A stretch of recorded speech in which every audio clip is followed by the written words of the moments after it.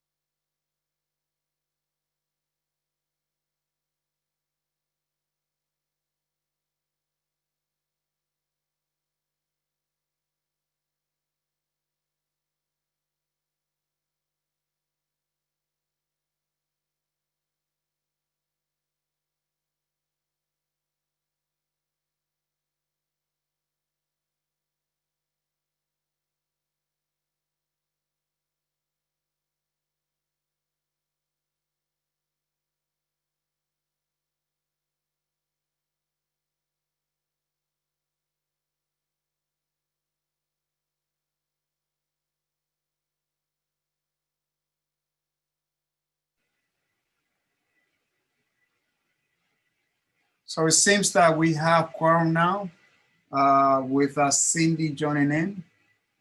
Before we start, Vanessa, do you know if we have someone from the 33rd precinct? Not at this time. I need to look for it. All right, so we'll take a couple of minutes and then we will come back. Hello? Yes, we have Officer Brown from the 33rd precinct. He's there over the phone, okay? Very well, so having said that, I would like to start this meeting at 6:32 with quorum. My name is Isidro Medina, chairing this meeting with quorum. And at this point, before we start, I would like for interpreter Lily to please introduce herself. And Lily, please share with us how we're going to do the translation, please. Oh, hi, my name is Lily Hawkins. I'm an interpreter from Indie Translations. How many Spanish speakers do you have, or you just pick up calls and they ask you questions in Spanish, or how do you hold the meetings? No, just a highlight in Spanish that if anyone needs assistance or they do not understand something, for them to raise their hands and send you a note so you can translate. Oh, that would be great. I can do that. Thank you. So if they have any questions, then I just raise my hand to address a question to you guys, or you have a certain time that you do it? No, you once, if anyone has any question that they don't understand or they need translation, you raise your hand, and if you don't see that I don't acknowledge you, perhaps I don't see you. So feel free and interrupt. Okay, thank you. You'll be the only person that will have that freedom. Okay, thank you. Thank you for your services, Lily. Oh, you're very welcome. At this point, I would like to go around and introduce the members of our committees that are present. For the members that are present, please unmute yourself and introduce yourself. Once again, my name is Isidro Medina. I'm the chair of this committee. Looking forward to hearing as to what new products are going to come. We're going to have in the neighborhood, new restaurants, bar and lounges. I've been doing this for some time, but I do have a strong committee that is filled with highly skilled people that are committed to serving our community. Having said that, Gerard, I guess I will start with you, and then the rest will follow. Good evening, Gerard Dengel, Assistant Chair.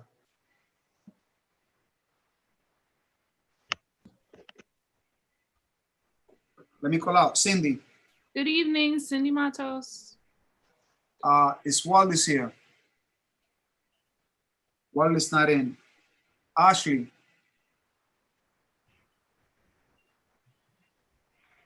Ashley's not in. I know that Leo is in the house.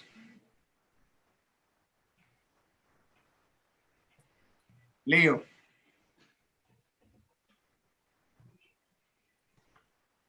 We'll come back to Leo. Leo, you need to unmute yourself. We'll go back to Rosie.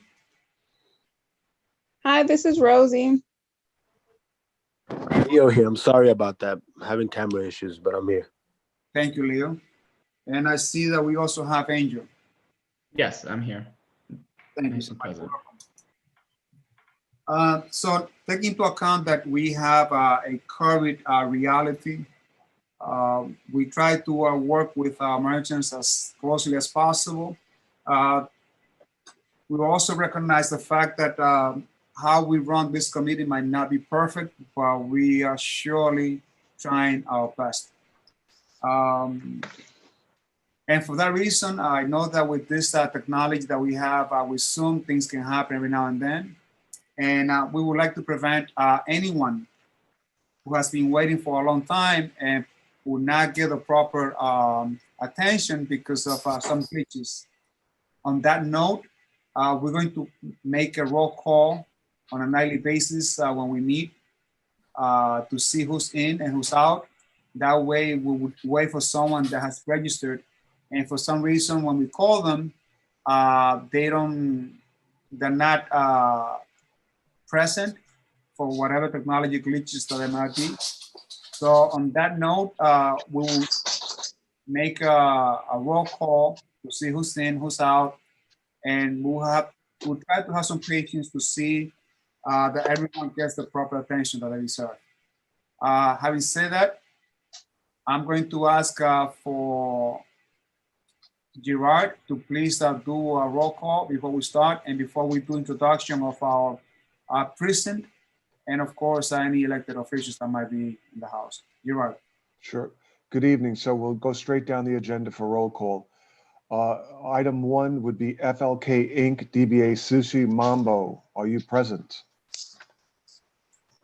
Again, roll call for FLK Inc., DBA Sushi Mambo, located at 431 West 202nd Street. Are you present? Present.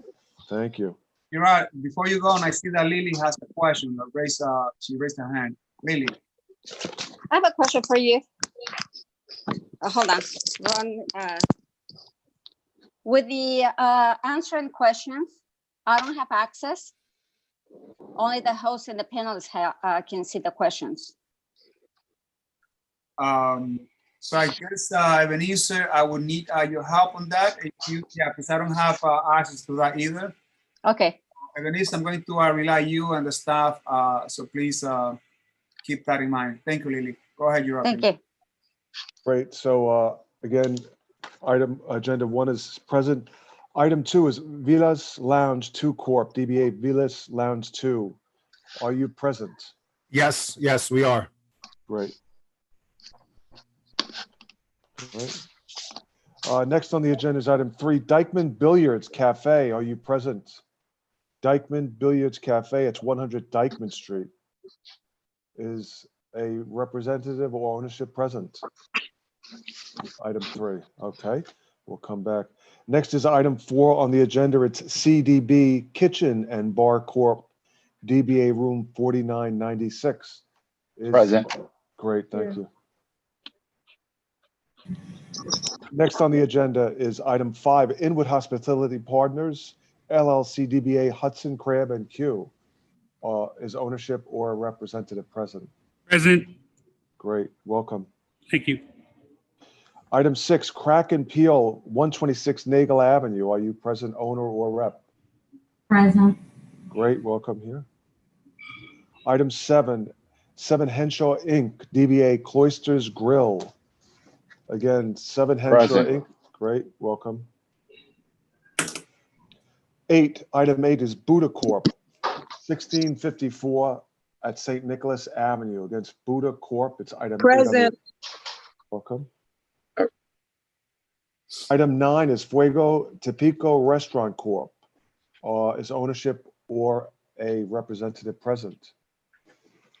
Again, item 9, Fuego Tipico Restaurant Corp., 3856 present. Okay, we'll come back.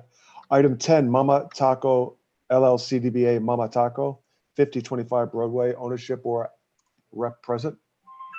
Present. Great. Welcome. Item 11, La Base Sports Grill Inc., DBA El Canuco Restaurant, 65 Sherman. That was withdrawn. That is withdrawn. Thank you. Yes.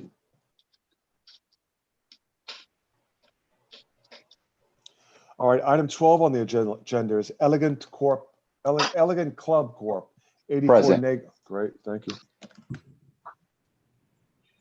All right, item 13, Kuraku New York Inc. Kuraku New York Inc., item 13, ownership or rep present. One more time, item Which 13. one? Item Which 13. Item 13, Kuraku New York Inc., 3952 Broadway. Present? Okay, we'll come back. Item 14, Jade Sushi and Bar Inc., 1506 St. Yes. Nick. Present, wonderful, welcome. And that concludes, so just for everybody's edification, all are present except 14 has been withdrawn, and 3 and 13 have not stated that they're present yet. So whenever you're ready, Isidro. So agenda item 11 has withdrawn, you say? Item 11 was withdrawn, correct. At this moment, I would like for our precinct to please introduce themselves, starting with the 33rd precinct, please.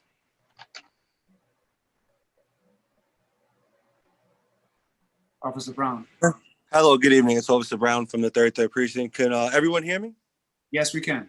Oh, okay, great. I'm sorry, I'm having a little trouble with the visual, so I just wanted to make sure the audio was working. We hear you loud and clear. Perfect, perfect. Now we go to our 34th precinct. Excuse me, can I make a quick suggestion? Is it possible for the interpreter, I guess, to let herself be known that she's here? Only because if there's only Spanish speaking people and they don't understand English, how would they know there's translators if they're not, if we haven't mentioned it in Spanish? Thank you, Rosie. We'll do that once we get to a 30, to the 33rd. I mean 32, 34, sorry. Perfect, thank you. Officer Martinucci.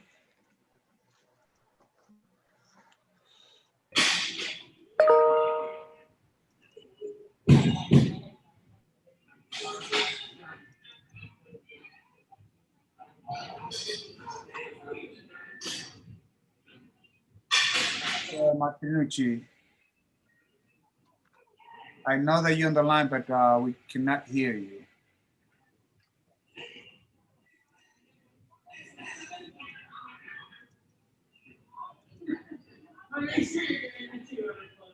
We'll come back to Officer Martinucci from the 34th Precinct.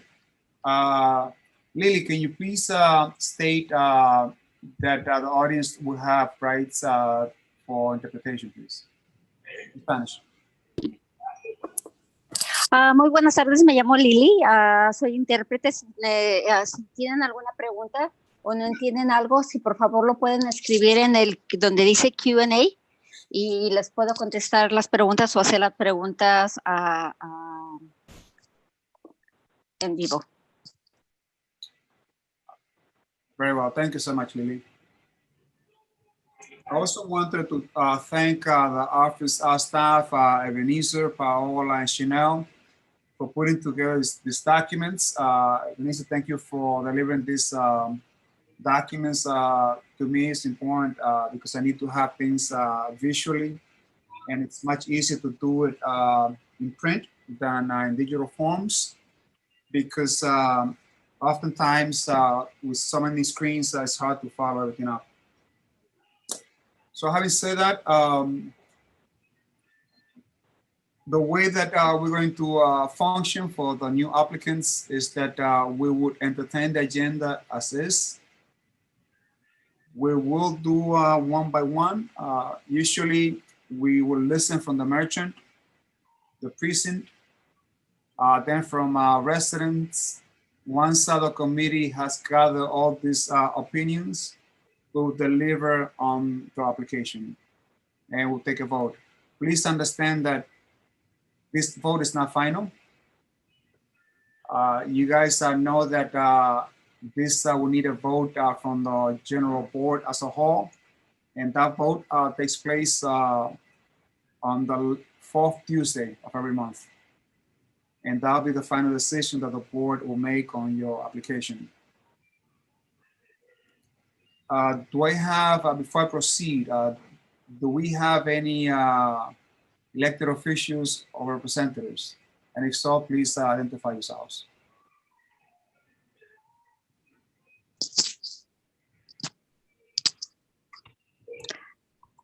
I don't see any elected officials.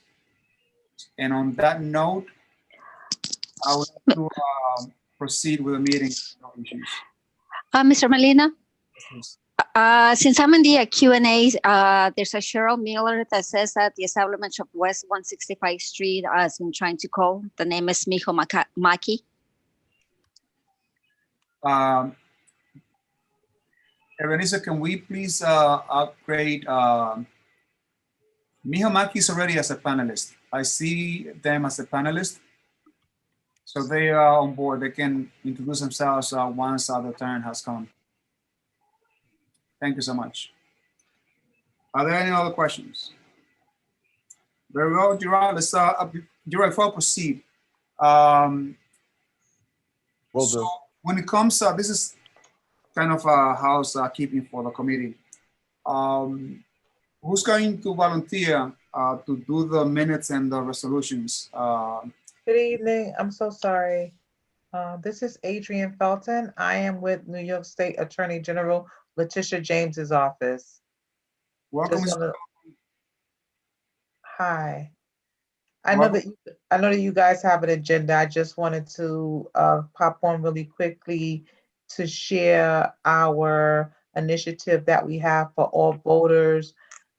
If you go to the polling sites and you're facing a challenge with your ballot, or you're facing a challenge that you're not on the list, or if you feel any pressure that you're being prevented from voting, we actually do have the live assistance. So I didn't see a chat room. So if you want me to put it in the Q&A, I can do that, the link, and maybe you can share it with everyone, because it starts soon as early voting starts, which is October 24th to November 1st. And I guess you guys can share it, and I'll also put my contact information there as well. Is that okay? Yes, please. Okay. And then, Ebenezer, perhaps you'll be kind enough to share the link with the rest of us. Yeah, I'm gonna definitely put it in there in like a few seconds.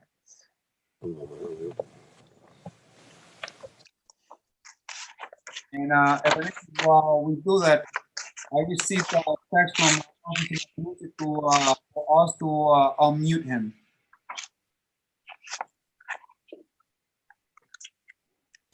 Oh, it's on mute. Who? To unmute Officer Matanucci from the 33rd Precinct.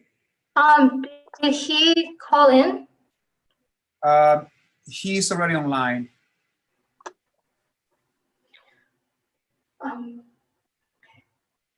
The phone number ends in 380. Oh, then he's already online. It's funny because he just sent me a note that he needs to be taken off mute. Officer Matanucci, can we, I think that, see if you can connect.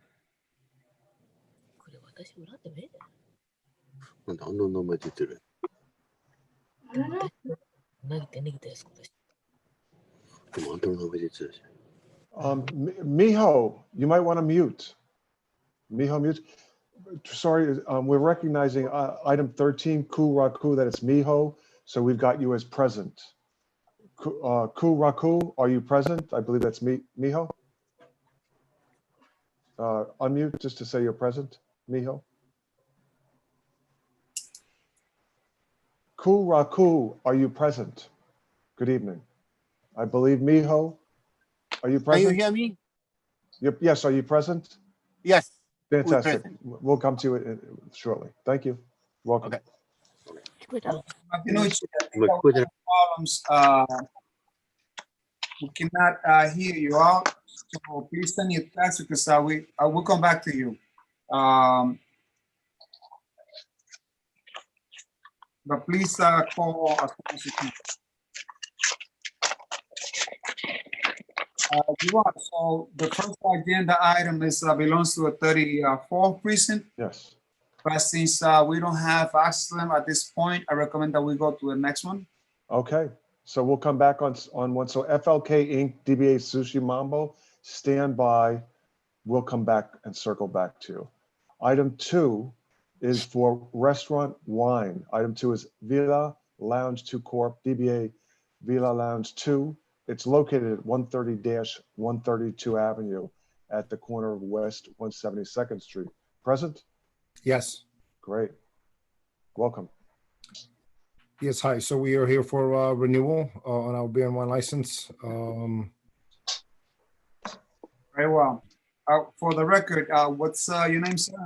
My name is Marek Shved, M-A-R-E-K. Last name is Shved. The manager, Tatiana, she was supposed to be present, so I don't know. Are you the manager? She logged in. I'm the representative. The representative. Yeah. Very well. Officer Brown, this is with the park of the 33rd precinct. What will be the opinion of the 33rd precinct? Hi, good evening. It's Officer Brown. Can everyone hear me okay? Yes. Okay, perfect. So I could take a look back. We'll start year to date 2020 at Villas Lounge. We've had 4 311 calls.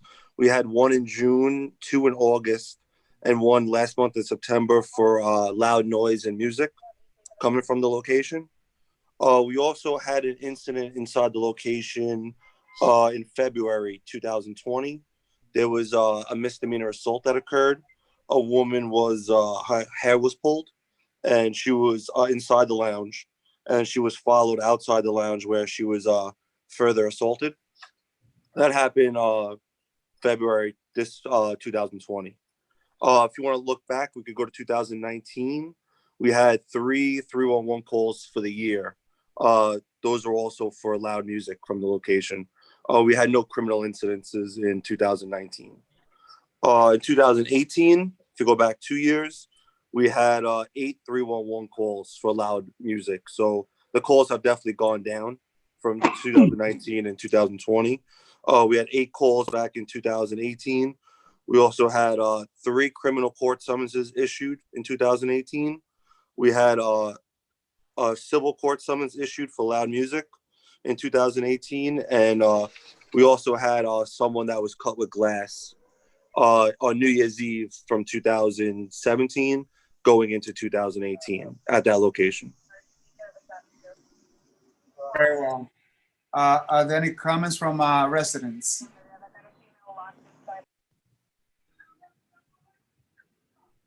Marek, so you heard the comments here, and as I read back on the last resolution that the community board passed, we objected for the renewal of this license for issues going back to 2017, from noise complaints until 4 a.m., loud music, people throwing bottles one another on January 2nd, 2018, resident complaining about loud music in April 2018.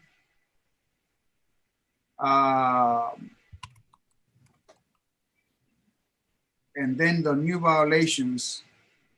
You also have some Department of Health violations, 6 violations, evidence of mice, flies, the hand wash facility was inadequate.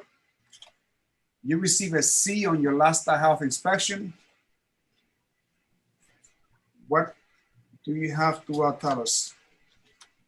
Well, I'm not aware of the Department of Health inspection report, but I know that they've been very proactive if it comes to the noise and overall how they carry themselves. You know, there is an ongoing issue of just people congregating on that block. You know, I visited them myself a number of times in the past, and you know, they have this 24-hour little grocery next door where residents just set up camp right in front of it, right next door to the Villas Lounge, and play dominoes and drink beer openly and basically play their own music pretty much 24/7 any day of the week. So that's something that is just completely out of their control. I myself been there many times, and this is what I've observed. I have pictures, videos. It's something that they can't control, and they've received summons because of that establishment next door. I don't know. I've been there, late night. I don't think the music is loud. I mean, right now, throughout the pandemic, they're allowed to set up camp. Set up tables outside, so they do have music outside, but I don't think it's loud. Again, it's just that's the residents on the block. They create a lot of commotion, a lot of issues. Very well. The problem that I see here is that there's a pattern of loud music going back to 2017. So I can understand that perhaps one or a couple of times you might have gone in and the music was not loud, but we have a pattern of loud music on this premise. Very concerning. Thank you so much. Do I have any comments from our committee members? Seeing that, I recommend that we go to a vote. If there are no issues, committee members, Great. let's go to a vote. Gerard, please. Sure. So again, this is for agenda item 2. Isidro, how do you vote? No. Okay. Gerard, I vote no. Cindy? I vote yes. Angel? Angel Vasquez? I vote yes. Okay. Leo Jimenez? I vote no. Okay. Rosie? Sorry, I was having difficulties. I vote no. No. Did I leave anybody else out on the committee? Is anybody else that I didn't call present and I could take your vote on the committee? Okay, so if Wait, that's Gerard, sorry about that. This is Angel. You said you were on number 2, correct? I'm sorry, I was a little lost. No worries, no worries. So it's item 2, and just so you know, it's this is for restaurant wine. It's Villa Lounge 2 Corp, DBA Villa Lounge 2. So if you want to keep your vote, you voted yes, or if you want to change it, it's your prerogative. Item 2. Got it. I'll keep it. Okay. So with that said, if I didn't leave anybody on the committee out that's present, this is 1, 2, 3, 4 no's, 2 yeses. This motion does not pass. So 4 no's and 2 yeses. For the record, please give me those yes and no, please. Oh, well, no is Isidro, Gerard, Leo, and Rosie. And yeses are Cindy and Angel. Very well. Thank you so much, Gerard. So by a vote of 2-4-0, this application fails. Mr. Marek, I recommend that you have a chat with management there and try to address the loud music issue besides the pattern. I understand that might not be your fault, the crowd that is outside, but as you hold your license, you are accountable for your frontage. Work with your neighbors and see how we can alleviate this problem. Okay. All right. Thank you. Thank you so much. You're right. Sure. Next is if item 1, do we want to step back to 1? Is FLK Inc. DBA Sushi Mambo here? Otherwise, we'll go forward. We got to check the business back. Yes, we are. Okay. So now we'll go. Can we go with them, Isidro? Yes. So we're stepping back to item 1. This is FLK Inc. It's DBA Sushi Mambo, located at 431 West 202nd Street. It's between 9th and 10th Avenue. Welcome. Very well. This is a renewal. It's within the purview of 34th Precinct. Officer Martinucci, thank you for coming back. And do we have a representative from Sushi Mambo? Yes. For the record, Costa, right? Yes, sir. Miguel Acosta here, representing Sushi Mambo. Thank you, Miguel. Officer Martinucci, this is within your jurisdiction. Can you please tell us your opinion?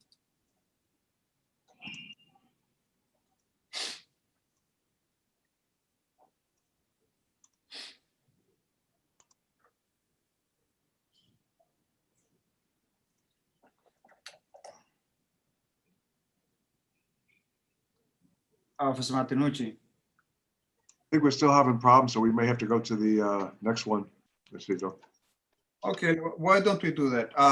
Sure. Because so I'm sorry, we're going to circle back to you once we get clear communication with 34th, if you don't mind. Yes. Hey, can you guys hear me now? Okay. Oh, there you go. It's Officer Martinucci. Can you guys hear me? Yes. Yes, Please. we can. Yes, we can. All right. Sorry about that, everybody. Can you please tell us our opinion of the 34th precinct as far as like agenda item number 1, please? Sure. We have zero issues with Sushi Mambo. They've been very good since they've been open. Thank you so much, Officer Martinucci. Before I proceed to the residents, Miguel, I see that the license is about to expire. Have you received the new certificate? Not yet. It was recently mailed out.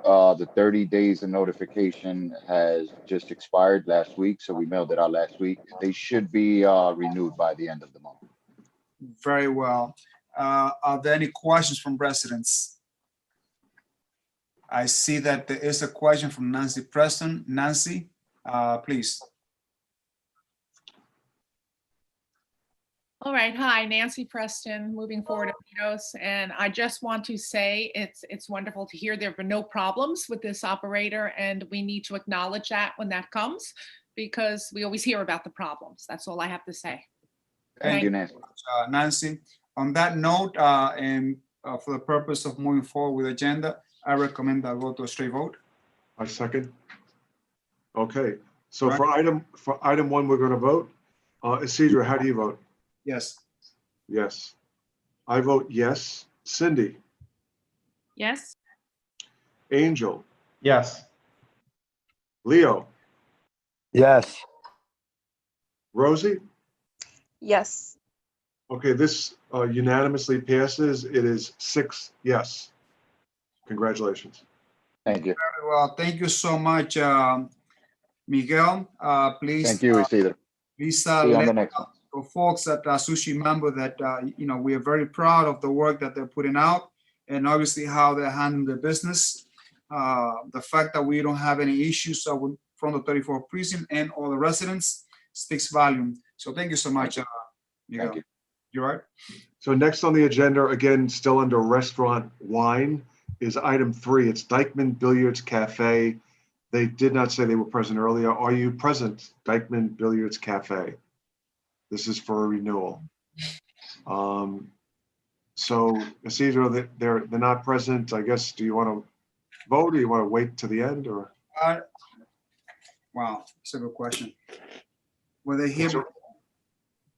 It's a renewal, so we could vote. Well, let's, what do you think if we hear the opinion of the 34th precinct? If there are issues, we could come back. If there are no issues, we can move forward and, Right. Excellent. So Officer Martinucci, this is with the private 34th precinct. The idea is to renew this liquor license, restaurant wine. What's the opinion of 34th precinct? So on March 19th, a summons was issued there for violation of the mayor's executive order that was placed in effect on March 16th. I was there with Lieutenant Contreras. People were inside. That was at the time where nobody was allowed inside at all. People were playing billiards. You can see them through the glass on the second floor. The manager at the time, Pablo Jimenez, he was under the assumption, this is what he stated to us. He stated that he thought that he couldn't have more than 50 patrons inside at one time, which was clearly not the case at all, especially when the coronavirus was first kind of came into effect within New York City.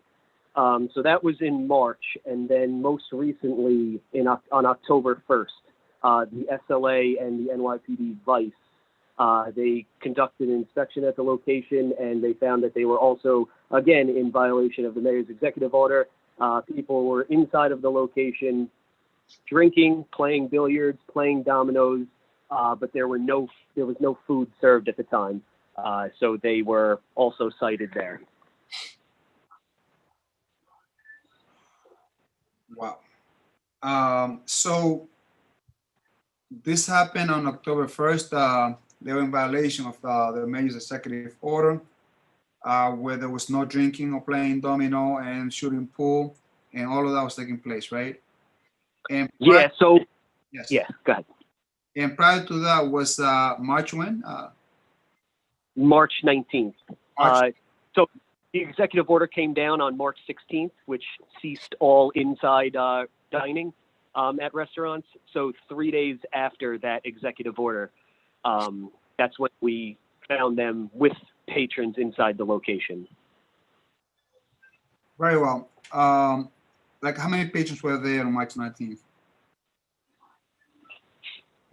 There were like 7 or 8, but you know, I know it doesn't sound like it's a lot of people, but they were told there was no indoor dining at all, and it was 7 or 8 too many. Of course, no doubt. So you're right. For the sake of giving people a fair chance and opportunity to come and have their opinion be heard, and obviously to defend themselves, what do you think? And I'm asking also this to the rest of the committee as well.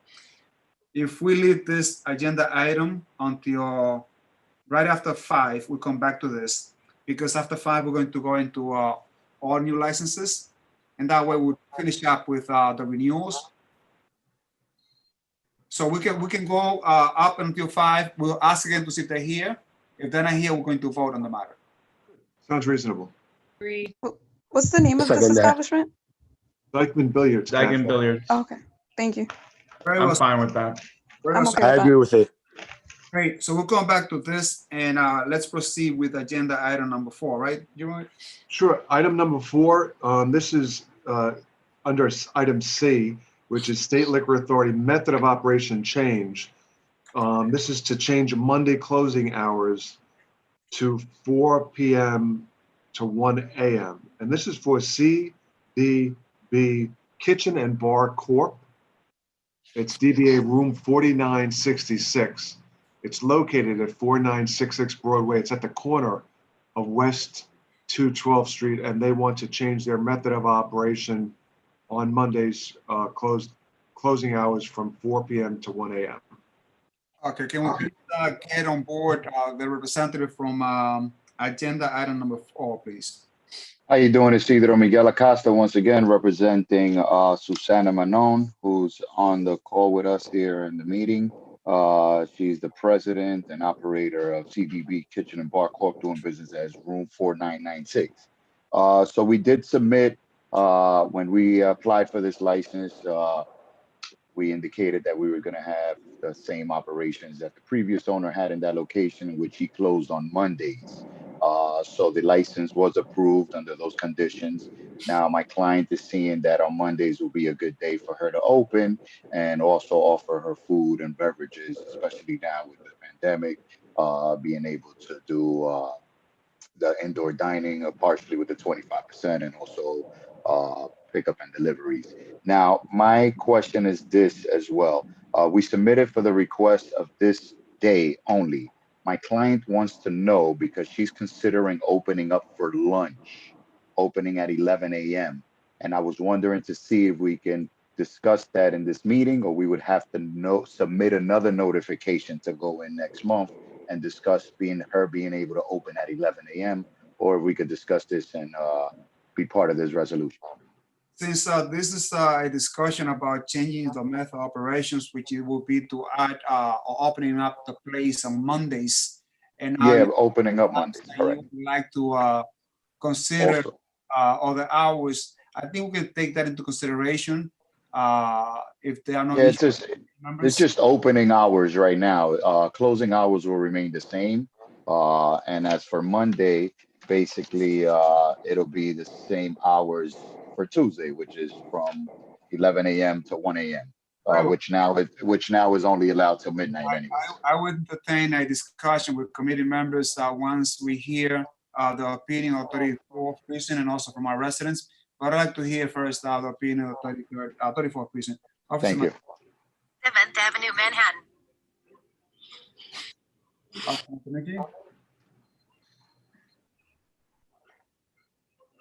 So the opinion of the precinct, this location has had 0 311 and 0 911 calls over the last 2 years, 2019 and 2020. So we encourage them to Very continue well. their business. Thank you so much, Officer Martinucci. Do I have any comments from our residents? If not, I will go into a discussion with within the committee members. I see none. So the idea here is to expand the hour of operations also to include Mondays, which will be from 4 p.m. to 1 a.m. And also, Miguel, you would like to add hours for lunch as well. I understand that because business is kind of tight right now under this serious pandemic of COVID-19. Definitely. We're trying to take advantage of, of the deliveries right now. It's a very key factor to the revenues that restaurants are Very well. So generating. which hours are you referring and specifically which days? Basically Monday through Friday to be able to offer lunch, opening up at 11 till 3, and then they'll close and fix everything up for dinner, which starts at 4. So the idea is to open up the place at 11 o'clock in the morning. Yes, correct. Order for brisket sandwich, no sides. I'm sorry, who's that? If you guys please mute yourselves if your turn is not up. I would appreciate that. So the idea, committee members, is to open the place up at 11 o'clock in the morning so they can serve lunch, and also to add Mondays on the schedule. So I think I'm open for that. Committee members? Yeah, sure. I have a question. Miguel, you mentioned Monday through Friday for lunch, so not Saturday and Sunday? Well, no, well, we're trying to get the business class that's, getting lunch during the week. On the weekends, they're offering brunch at the time, so they already have a time frame that reasonable for them to operate. It's Monday through Fridays for lunch, Miguel, right? Yeah, I have Susan. She's there. So Susan, is that exactly what you're looking for? Oh, okay. Hi. Yes, actually, I wanted to open at 11 Monday through Friday and 12 o'clock on Sundays and Saturdays and Sundays. Because our liquor license doesn't permit to serve any alcohol or beer. Very well. To 4 p.m. So you're looking to do 11 Monday through Friday, Saturday, and Sunday at 12. Yeah. Okay, sounds. I will have no problem with this. Committee members, can I please hear your opinion? I have no problem. If none, I think I would recommend that we go to the vote. Okay. So we'll go to a vote, and this is again for item 4, right? This is seating and kitchen. All right, so Isidro, how do you vote for item 4? Yes. Yes. I vote yes. Cindy? Yes. Angel? Yes. Leo? Yes. And Rosie? Yes. This applicant passes unanimously. Congratulations. 6 Thank yes. you. Thank you, guys. Miguel, once again, very proud of the work that this merchant has been conducting for some years. I know that things are kind of tight, and I hope that in the process of trying to get too sophisticated and make things, not work, please stay real. I know it's kind of difficult. All right. This is a reputation that it's outstanding. And I know that as things becomes more complicated and really tight, people might have an idea about doing things that are not proper. So please keep them in line. Thank you so much. Understood. Thank you. Have a good. All right, next on the agenda is under item D on the agenda, it's State Liquor Authority alteration license. And this is going to be to convert one of its service bars to a full bar. This is for applicant number 5. It's Inwood Hospitality Partners, LLC, DBA Hudson Crab and Q. They're located at 348 Dykeman Marina, and it's to convert one of its service bars to a full bar. It's applicant number 5. Welcome. Hi. We have a representative from agenda item number 5, please. And if so, please identify yourselves. Jim Goldman. I'm here on video. Good evening. Jim, how are you? Okay. Jim, you are the owner. I am. Very well. Officer Martinucci, this is within the jurisdiction of the 34th precinct. What is the opinion on the matter about converting one of the services into a full bar? Can you please give us your opinion? We have no reason to object that in any way. Listen, everybody knows the down at the marina, people pack it up, they play music. We do our best to enforce it, but that is not Mr. Goldman's fault at all. We do get 311 calls there. We do get 911 calls there. Again, it is not, none of these calls are directly related to the location. And Mr. Goldman, every time something happens, he is in contact with me and the precinct. So I want him to continue to reach out to us, keep in touch, keep our relationship. Yeah, we're going to continue to do the best that we can with the 311 and 911 calls down at the dead end to help his business. But again, he's given us no reason to object.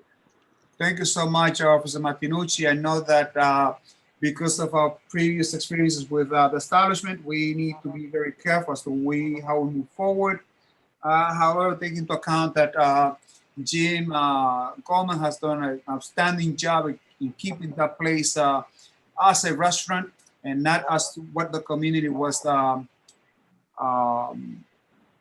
forced to witness so many incredible accidents and issues there. I'm very happy, Jim, that you're doing an outstanding job. Thank you.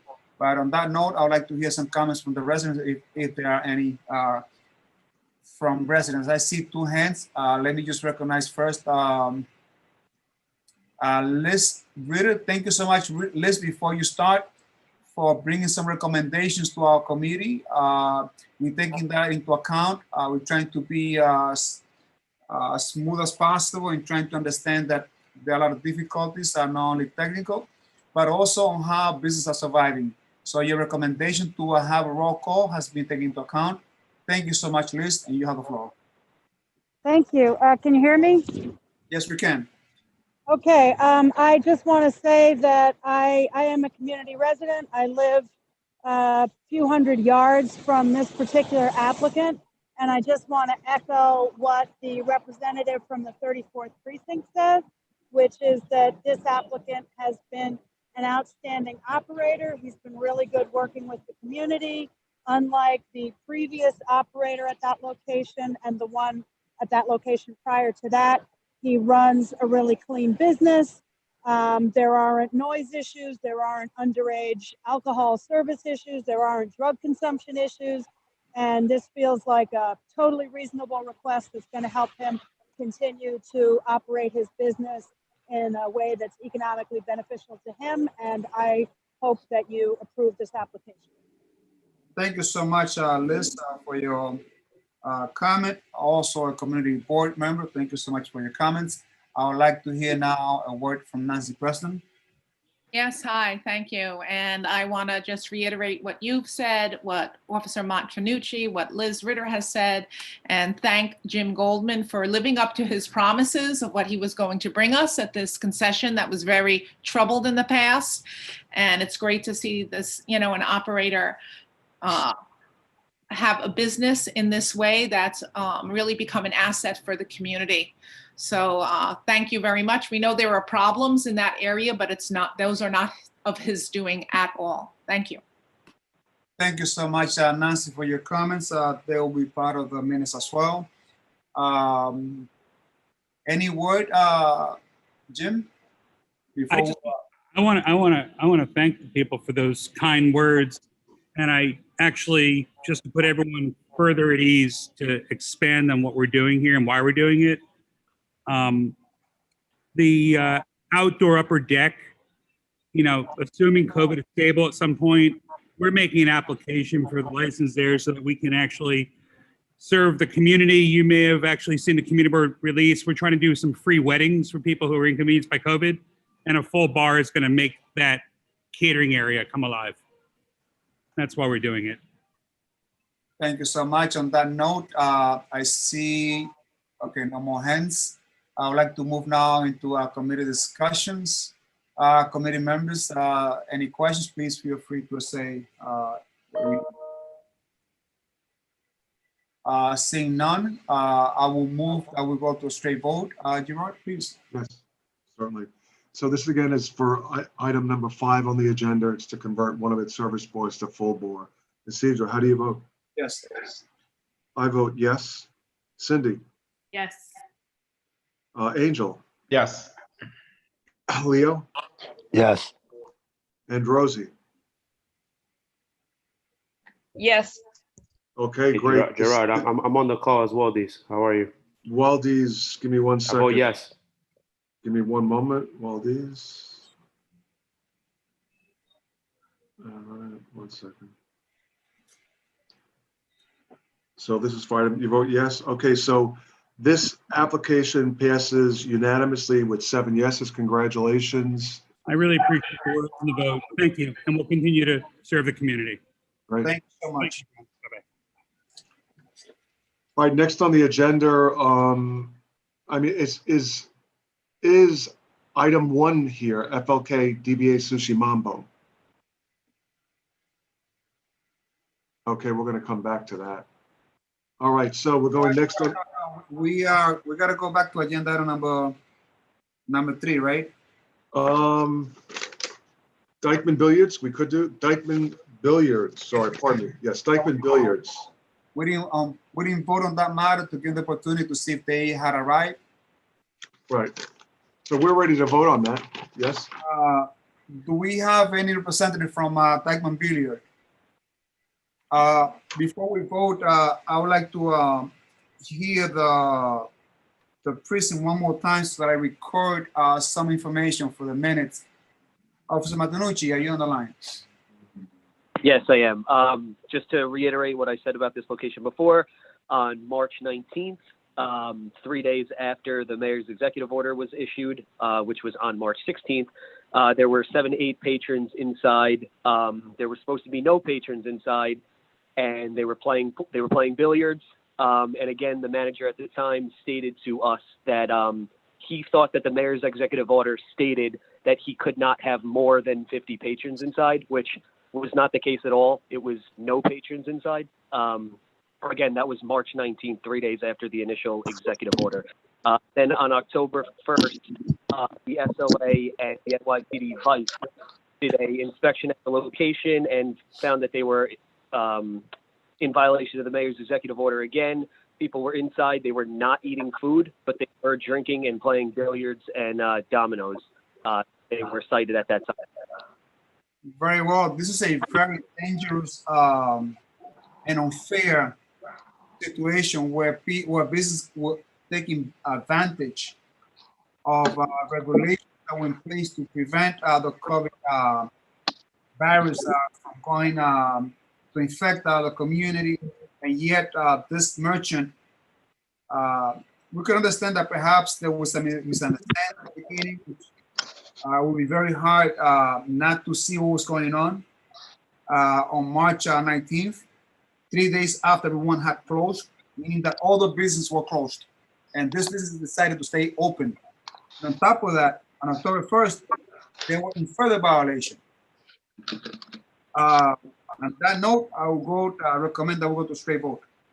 I actually have a comment, Isidro. Yes, what's your comment?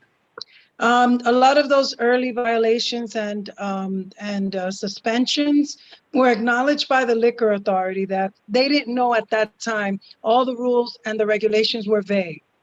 But now, if something happens going forward, going like September, October forward, they already know what the penalties and fines are.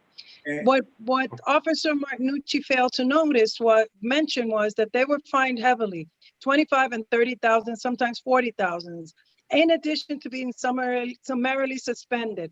I do not think that it is for us to be deciding on those violations that to this day we have issues with them, even with the 25%. I don't think it's fair to judge the business based on those early days, 3 days after those, because even I didn't understand the rules. So I don't think it's fair. I think we should bear on the conduct of the owner as a licensee in the premises, whether they're troubling their neighbors. This is a community board, whether we're bothering the community, troubling them. These COVID violations, this is just, In my opinion, this is a straight That's down, time, Isidro. Thank well, you. this was a straight down shakedown by the liquor authority, and we all understand it, but I think Thank you, Aurelia. You've been muted. Your time is up. I understand what you're saying. I received the regulations prior to, and I can understand that there could have been problems in people not understanding the regulations. There were changes to the regulations, but for a business to decide to open when everybody else was closed, not acceptable. For a business to come back on October 1st and open when they were not supposed to be open, not acceptable. That's my take on that. And on that matter, please, Gerard, if you don't mind, Yes, if there are any yes, issues, I recommend that we go to straight vote. agreed. So this is for item 3 on the agenda, Dyckman Billiards Cafes. Isidro, how do you vote? No. I vote no. Cindy, No. Angel, No. Leo, No. Rosie, I vote no. Thank you. Waliz. No. Okay, so this passes, pardon me, this fails unanimously, all noes. All right. By a vote of 0 to 7 to 0, this application fails. It fails. Next on the agenda is under item E, it's the State Liquor Authority for new licenses. So this is the new license section on the agenda. And this is for item number 6, Crack and Peel, located at 126 Nagel Avenue. It's at the corner of Arden Street. Crack and Peel, welcome. Hi, this is Sandra Jimenez, representing Crack and Peel. It's an echo, Sandra, so please see if you can fix that, please. I'm sorry? Like an echo. Can you hear me now? I can hear you, but there's an echo, I don't know why. Maybe because it's too loud. Can you hear me better there? Guys, community members, can you hear that well? Yes, no? Yes, we can hear Yes, we can hear you. Probably me, so not a problem. So Sandra, for the purpose of the minister, please identify yourself. My name is Sandra Jimenez. I'm representing Crack and Peel at 126 Nagel Avenue in New York. This is going to be a seafood restaurant. Let me see. The restaurant is not going to be opening late. It's going to be opening from 2 to 10. We will not be having any live music or DJs. This restaurant is going to be servicing seafood, pescatarian individuals, and it's going to be focused only on seafood and signature sauces, painting events. It's going to be a family-oriented restaurant. Very well. Gonna Thank you so much, Sandra. Based on what I hear, what I see here, there is a complete application which includes a complete questionnaire. The floor plans are here, and the menu is also attached. So let me ask you, Sandra, is this a new place, or you just This is a new place. It was a grocery before, a grocery store. It's being designed right now. It has not opened. It's not gonna have any promoters, no dancing, nothing like that. It's going to be eating and painting events. The restrooms, are they fully accessible? Yes, they are 2 restaurants in the back. They are full. They are wheelchair proof, I think, too, also. So the capacity here is 40. It's 40, We yeah. have 4 employees. There'll be 4 tables and about 30 chairs, 6 bar stools. You have indicated there'll be no DJ, no jukebox, no karaoke. Hours of operations will be on Mondays through Thursdays from 2 p.m. to 10 p.m. And then We're not gonna close late. 1 second, please. Then Fridays from 12 p.m. to 12 midnight. Same as Saturday as well. And then going back to Sunday from 2 p.m. till 10 p.m. This is with the Prairie 34th precinct. Officer Martinucci. So the only concerns that we have as a precinct, and this is not picking on this location, and I don't want to continue to sound like a broken record, but 25% occupancy, including staff, until the law changes. We expect strict compliance on that again. And just, I know you said there's not going to be a DJ or promoters or anything. It looks like you checked off only recorded music. You know the location. You're directly under a residential building. We're just concerned for the residents, and we just hope that, you know, you can soundproof in some way. Just make sure that if you're approved, the residents are not disrupted in any way. And please, 25% occupancy inside. It includes staff until otherwise changed, okay? Thank you very much. Yes, the residents have been notified and they are aware and excited for the store to open. Just a correction, guys. It is not 25, it's 25%, not including staff. And I have that recorded by SBS and the commissioner. So Officer Martinucci, I think we need to meet and clarify. Isidro, can I ask that we have a forum here and she be introduced or introduce herself? People are not supposed to just jump. People are not supposed to jump in, especially. Please raise your hands. I see that you have your hand raised, but please don't interrupt until you're recognized. Point well taken though, Aurelia. My understanding is that the 25% does include the staff, but you know, it's something that we can check later on. Right? So, Officer Martinucci, the concern is that, you know, as we move forward with inside dining, that, you know, regulations be in place, correct? Yes, correct. Very well. Do I have any comments from our residents? I don't see any. Actually, I see Nancy, is that previously, or you still, do you have a question? And also Liz Ritter, is this like something that new, or is? No, so Isidro, my question was just, is this a 500 foot? Because I know there are a number of places in that area. This is a 500 foot hearing. They will have to go through SLA. Thank you. Liz? I think Liz. Yeah, can you hear me? Yes, we can. Will this restaurant be offering takeout?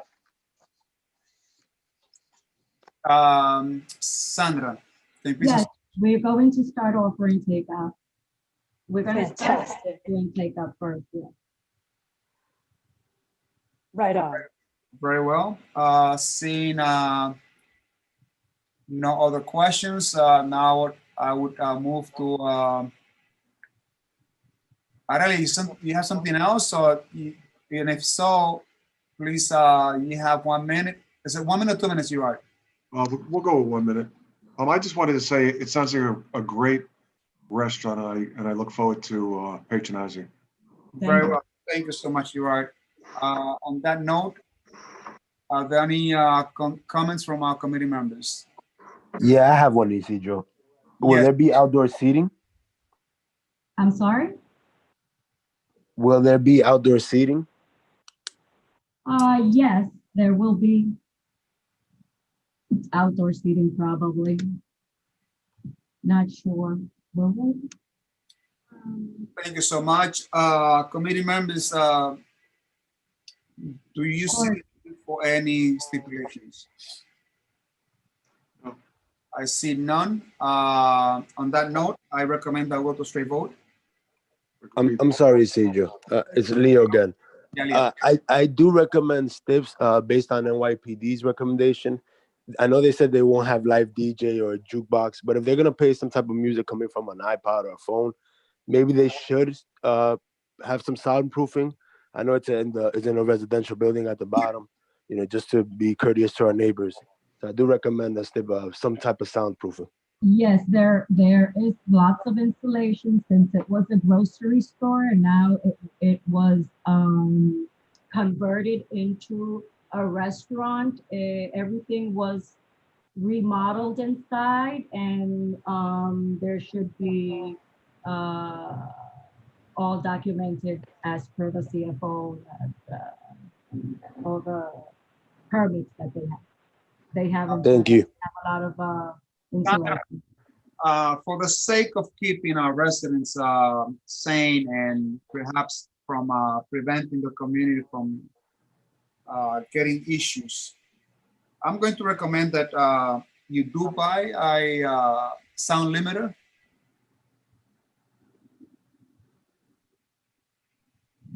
We have any objection on that? Sandra? Sound limited, you said? Yes. No, there's no objection.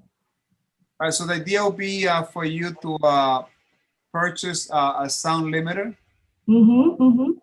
And for that receipt, so you can buy online, right? Mm-hmm. And that receipt has to be submitted to the office the Friday prior to the general board meeting, which will be that on the 23rd. Mm-hmm, mm-hmm. That receipt has to be received at the community board before 5 o'clock in the afternoon. Okay. I We'll have a fine. quick question. They might even have it. Before I open up the question, but I want to make sure that we understand that. So the idea is for you to purchase that online, Mm-hmm. send a copy to the community board office, copy of it. And the idea is for that receipt to be in the office. I will check that on Monday. And if we don't have a receipt from you, Sandra, unfortunately, I will have to ask for the community board to vote against this resolution. No, that's fine. You will have it. Very well. Thank you so much. So Okay. the idea is just to put the sound limiter and as a stipulation. I see that there was someone had a question. Can you please? Was it you, Rosie? Yes, it was me. So my question is, what kind of sound system do you guys have? What kind of what? What kind of sound system do you guys have? Well, we're going to be using recorded music. So we don't even, they haven't even bought the sound system yet. It's not going to be something, it's only background music that's going to be. No speakers, no big speakers or nothing like that. Thank you. Mm-hmm. Leo. Going to be instructions. Yes. Instructions for the art and the painting and all that. So So I requested for a sound limiter to be purchased. Do you think that will be a good idea to have in place? Yeah, I think that should help. I second that. Very well, very well. So with one step in place, that will be to purchase a sound limiter and to submit a copy of purchase to the community board before Friday the 23rd, or by Friday the 23rd, before 5 o'clock in the afternoon. I would recommend that we'll go straight vote. Gerard, you are muted. Apologies. So agreed. So item 6, we're going to vote on. Isidro, how do you vote? Yes.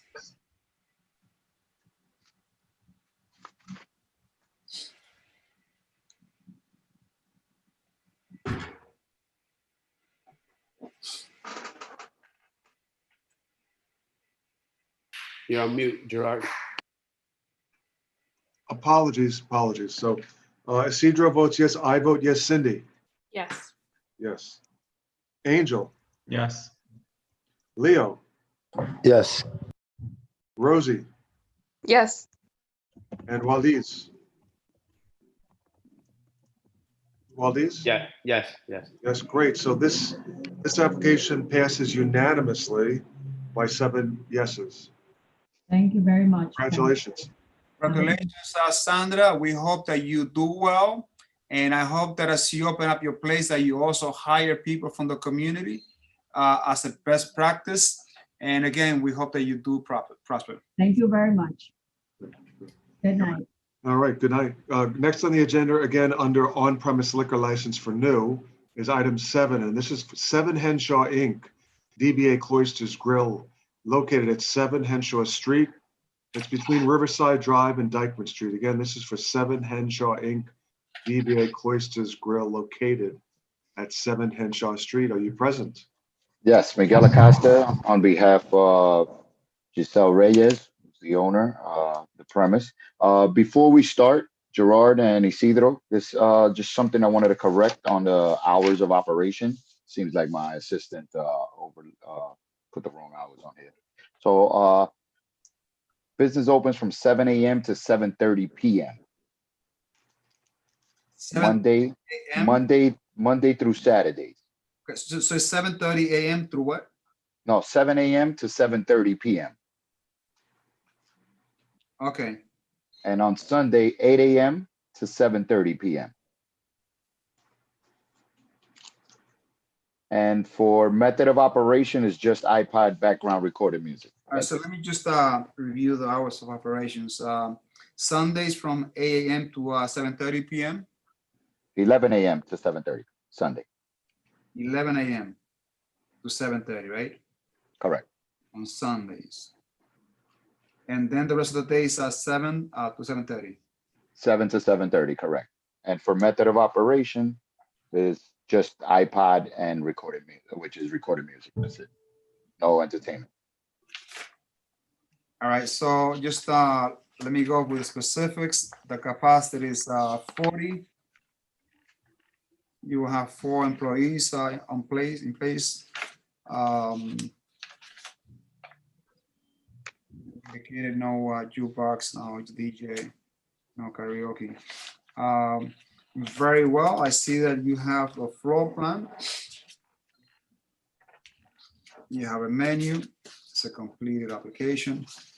This is with the purview of the 34th precinct. Officer Martinucci.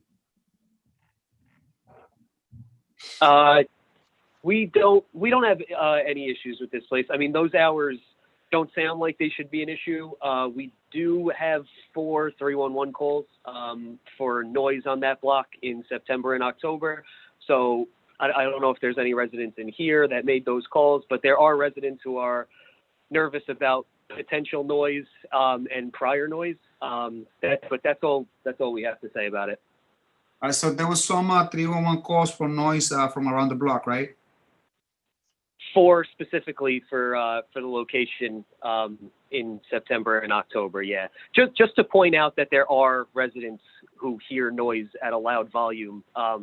Just want the people to know. Okay, I see that Liz Ritter might have a comment. Yes, hi, thank you for taking my comments. I live at 1793 Riverside Drive, and my apartment overlooks the applicant's location, my bedroom and my office. I'm on the 2nd floor, and so if I were so inclined to throw an egg out my window at the location, which I would never do, tempting though it has been, I would absolutely hit somebody sitting there. That is how close I live there. So I don't actually want to say that I oppose a liquor license. I do want to say that I have serious misgivings about it. I get that that it's hard running a business. It's hard running a business that size, and it's really hard running a restaurant in these times. So I respect and appreciate that, you kind of need a liquor license to make this happen. But I have real misgivings because there was no posting of this meeting around the location. So residents were not aware that this application was being made. There is not a lot of attention paid to responsibility for people double parking when they're picking stuff up or dropping stuff off. So there's a lot of double parking on this block that is related to that business. I will say that although I was surprised to learn that the closing hours are 7:30, because there have been many times when it has been open later than that. It's not usually terribly late, but it's off there. There have been, particularly on weekends, times when it's been open until 9, 10 o'clock. There was a mariachi band there over I think last weekend or last Friday. I forget what day it was. It was somebody's birthday. There was a mariachi band for like an hour and a half. When parents are sitting at the restaurant outside having a nice meal and their kids are bored, the kids run up and down the street screaming and yelling like it's a playground. I get it. Children need to play. But, not running up and down the street screaming at the top of their lungs on a quiet residential street. I could go on, but I got a real problem supporting this request. I will also say that I personally have witnessed people consuming alcohol on the premises. I don't think it's alcohol that's been served by the premises. I think it's people who have brought their own wine or beer, but BYO is illegal in this state. And I think that a restaurant that's applying for a liquor license should have said to their clients, hey, it's illegal for you to consume that here. This could jeopardize our license application. So anyway, I could go on, but I'll shut up. Thank you. Thank you, Liz. Now, before we move on, Miguel, I would like to recognize Alana, who has been waiting online.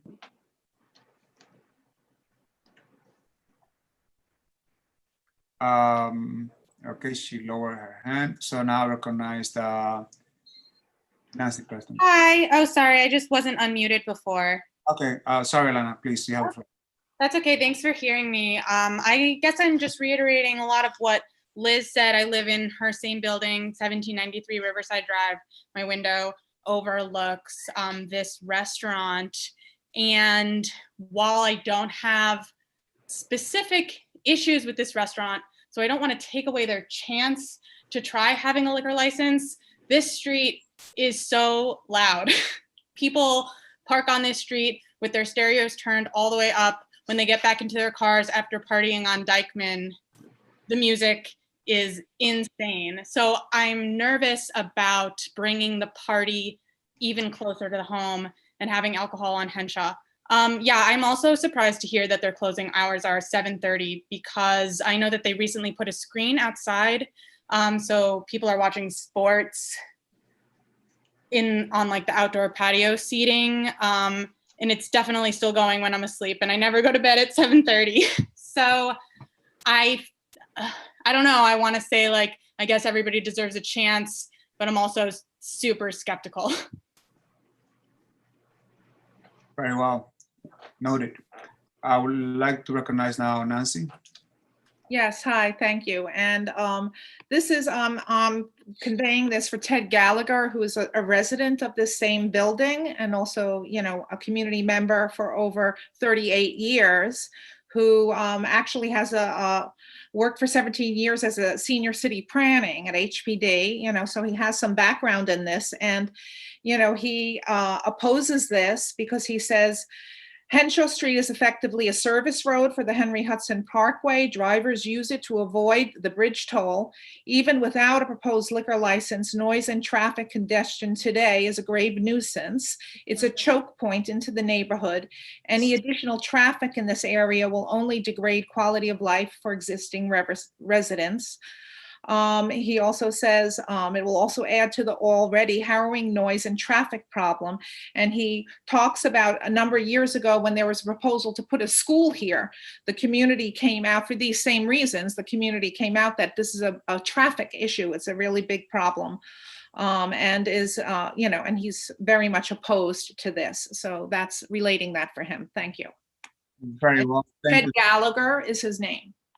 And I believe he sent in a comment, a page to this, and to Ebenezer, and was told that it would be shared with the committee. So Okay, I'm not sure. It got shared, Isidro, just a FYI. Okay, great. Thank you. Yeah. Thank you so much. What's the first name again, Nancy? Ted Gallagher. Got it. Thank you so much. I don't have any other comments. Now I see from our panelist, Aurelia, you have the floor. Hi, everybody. I just want to also be mindful that I think that location's been there for a while, but Cloisters is in between 3 parking lots through no fault of their own. And I think that with earlier closing hours, if they stick to them, I think that, and maybe here reiterating the importance of early closing hours and making sure, I think that when you have an applicant that closes at 7:30 and is saying they're going to stick to it, then maybe an opportunity should be given, because I don't think there's going to be much disturbance thereafter. But I don't live in the building, but I can commiserate. But I think that, I think they've been a good neighbor as far as I know, and some of those issues are not of their making. So I hesitate to see that a license gets, maybe not approved because of those reasons. So I don't know. I asked, and Cove, this is a very tough time for restaurant owners. And if they go out of business, what's going to take their place is crime. Thank you so much, Aurelia. Point is well noted. I see that the operator is Giselle Regis, Miguel. Yes, Giselle Regis, the operator. So actually, my client presented themselves at the community board back in November because they purchased the establishment. What experience do they have handling alcohol? Well, they actually have, and we're operating until September 30th of restaurant wine license. So this application has been submitted already for the board. A temporary license has been issued for a restaurant wine license until the license for on-premise full liquor gets approved. So basically, they are in compliance. I understand 100% there's no BYOB in New York City, which is illegal, but they do operate under a restaurant wine license at the moment. So basically right now, in order for them to be able to serve alcohol, they would have to wait for the entire process, which would take up to 6 months in order for them to get approval. The idea, and it's not only one resident that brought up the concern that this establishment closes beyond 7, and the concern is that given the opportunity to have a full liquor license, that this behavior will continue, and it's a concern. Yes, I understand the concerns, and like Liz addressed, she's being a little bit specific about certain days, about having a mariachi band. As you may know, Hispanics, we own a business, somebody's birthday party in the family, you may extend your hours a little bit more, and hoping that it doesn't extend to 2 o'clock in the morning or past midnight, or past 11 o'clock, on certain one day, and I understand there's some concerns with kids running around up and down the neighborhood, on the block, and I've been in the neighborhood for my entire life, for over 40 years. And I know that area is very quiet over there. I have a couple of clients that live in the area right there, 1795 as well as 1793.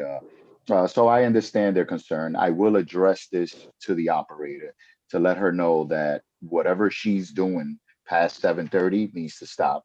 And aside from that, my main concern is more with regards to music. And I understand the tenant's concern is any type of noise, but sometimes, especially right now, we have 25% indoor dining. Some days, especially this past couple of weeks, we've had great weather where we can entertain patrons outdoor, as allowed by the city. So I understand this has made a very drastic change in comparison to the last 5 years, where this business has had a license and has been good operators and there haven't been any complaints. Right now it's a very difficult, time for business owners to comply with every single rule and regulation when it comes to noise. Because if you have pickup, you have patrons that may come in their vehicle, like they said, and Lana, that they come and pick up their, and these are things that you as an operator got to come out your restaurant, kindly ask these patrons to, lower their music. And sometimes it may be, putting you at risk as a business owner because you don't know the patron's behavior. But I'll definitely address all these concerns tomorrow morning with Ms. Reyes. Right now she's operating her business and was unable to attend the meeting, but I would definitely address every single concern that it may have. Maybe Liz, Lana, Mr. Gallagher could probably meet with Ms. Reyes to discuss the concerns as well. I could probably set that meeting up, because I it's a would be open to small that. thing. Thank you, Miguel, and I'm sure that they will. I'm sure that they Yeah, will. I'll greatly appreciate it. And thank you for letting me know that these things are occurring because, as a consultant, I always like my businesses, to operate the correct way. Thank you, Miguel. So taking into account that there are some concerns from residents, even though this business promises to close very early, it is something that, closing at 7:30 at night, is unheard of around this community. But taking into account that the residents that are very concerned about noise, double parking issue, and opening late, I'm going to recommend some stipulations. Sure. Nice tips will be a sign that there'll be no double double parking sign to be clearly visible and displayed in front of the premise. A good neighbor sign. Okay. A phone number where if there are any issues, for someone to be contacted directly. And for a sound limiter to be installed, and as you know, Miguel, to send us a copy of proof of purchase to the community board before Friday, the 23rd, before 5 o'clock. Perfect. Committee members, do we have anything else that we'd like to add? No. Very well. On that note, Gerard, I think we should go to straight vote if there are no objections. Sure. So again, this is for item number 7, Henshaw Inc., DBA Cloisters Grill. Isidro, how do you vote? Yes. I vote yes. Cindy? Yes. Angel? Yes. Leo? Yes. Rosie? Yes. Valdez? Yes. Okay, congratulations. This passes unanimously with 7 yes votes. Congratulations. Thank you. Agenda item number 7 passes with 7 votes, 7-7. Hopefully there'll be a number that will bring you lots of luck and clarity. Let's move to the next. Thank you, Gerard. Okay, next on the agenda, again, this is under new licenses on premise. Item 8, Buddha Corp, 1654 St. Nicholas Avenue. It's between 192nd and 193rd Street. Again, this is for Buddha Corp. Are you present? Yes. For the purpose of the minutes, who is representing this agenda item? Aurelia Tavares, New York. Aurelia, Business okay. Agency. Just give me 1 second. Well, I'm here. John Garzón is the attorney on it. I'm just covering the community board for him, which I've done before on this applicant's application.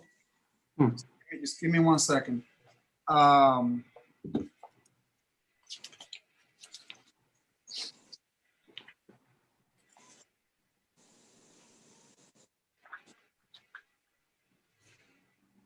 Very well. I do have the floor plan. There is a menu, and questionnaire has completely been filled.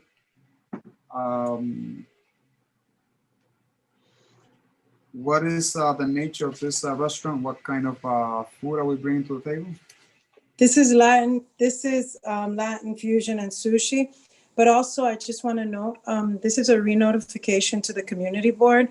Our prior notification, the liquor authority is requesting, it was approved, that we re-notify you because our notification is, they only last a year and it expired, with COVID and everything. And they want to make sure that the stipulations with the community board are still the stipulations with the community board. The steps that we had previously. I attached them for your review and consideration to the packet. I don't see them here. I sent them to the community board. Yes, I'm sorry. They're here. Apologies. So they include submit proof of purchase for sound limiter, right? Yes, it's attached to the packet. Sorry, my light just went out. Okay. I was dancing. So purchase of a sound limiter that you would operate on specific hours. Those are the two steps, but we can check into them later on. And Officer Martinucci, are you on the line, sir? Yes, I am. Can somebody just say what the occupancy is of the location? Yes. So I'll just start going over that. So the capacity is 130. There'll be 12 tables and 64 chairs with 10 bar stools. Let me go through the method of operation.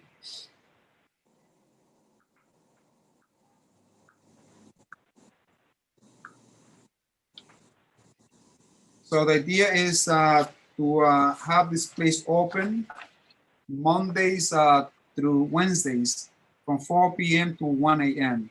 Then Thursdays, Fridays, and Saturdays from 12 noon to 2 a.m.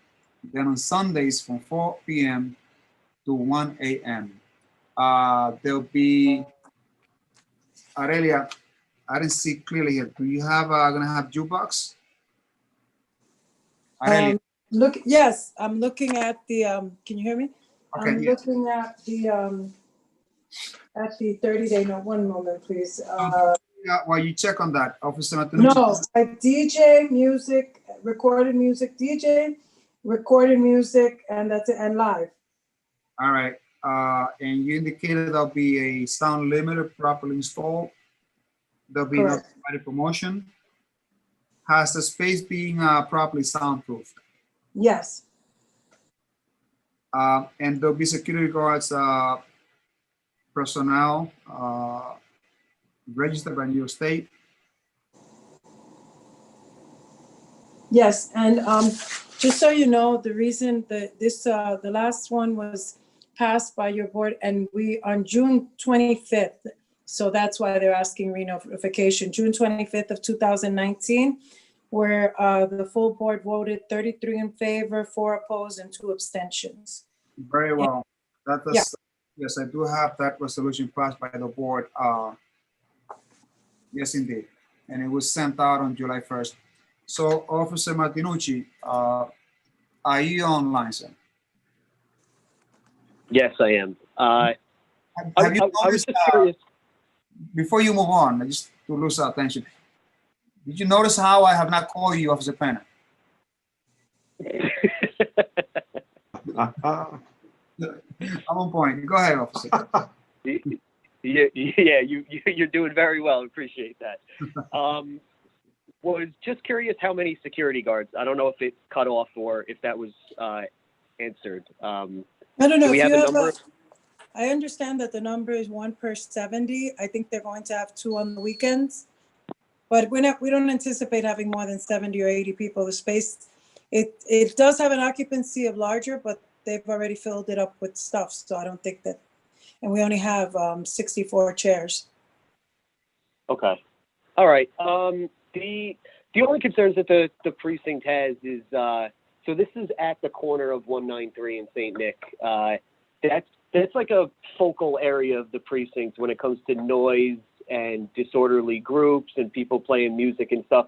So in every direction from this location, through the summer up until now, there's just it's just crazy with people playing music and stuff. I think the sound limiter from the last step, that's definitely good because that was also a concern because it's directly under the residential building. But other than that, I mean, the double parking on St. Nicholas Avenue is horrible. Adding a liquor establishment is definitely not going to help. So we're definitely going to need some help with that. And like I said before, just the groups of people that hang out and blast music. There are too many residents who call 311 and 911 on a daily basis on St. Nicholas Avenue. And that's what we are concerned about. We don't want more calls because it's hard enough to enforce what we've already been doing. So that's pretty much it from the 3-4. Very well. Do we have any comments from residents? I see Gabriela Estrella. Please, you have the floor.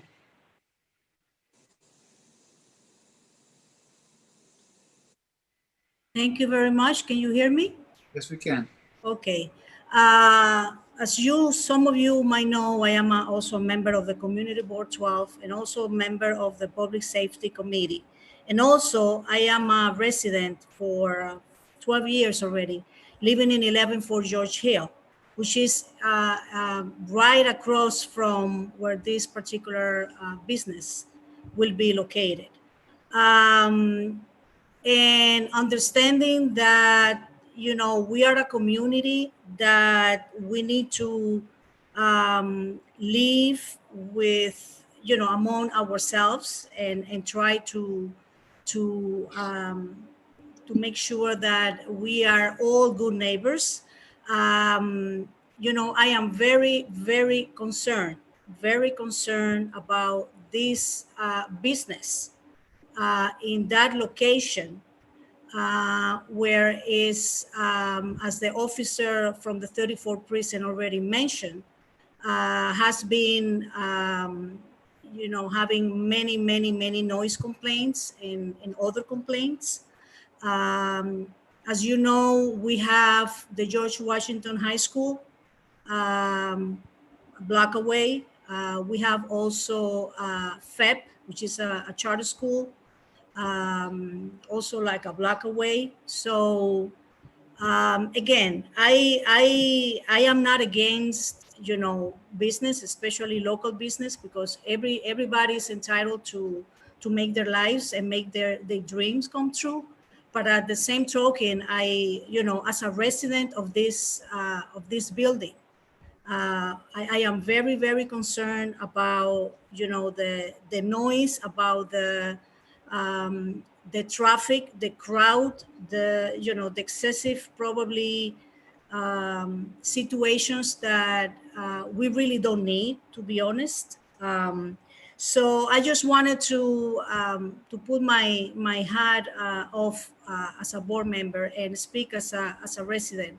And by the way, my apartment is right across, you know, my window is just in the street. So I can see everything and I can hear everything. So so I just wanted to share my concern. Thank you. Thank you so much, Gabriela, and your point will be noted. Thank you so much. At this point, I would like to recognize Mercy Joseph. Mercy, you have the floor. Mr. Joseph, you have the floor. Please unmute yourself.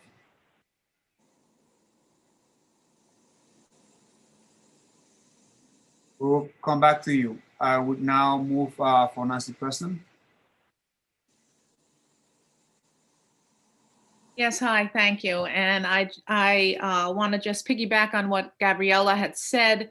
You know, we had a public hearing on noise pollution in this community. The community board had it in August, and this was one of the areas. This right here was an area of lots of noise, traffic, safety issues. So that, you know, we would hope that the committee really consider the impact of this on the public safety. You know, there are large occupancy buildings, the Mitchell-Lama buildings, those Fort George, you know, residences are there. So a lot of people can be affected.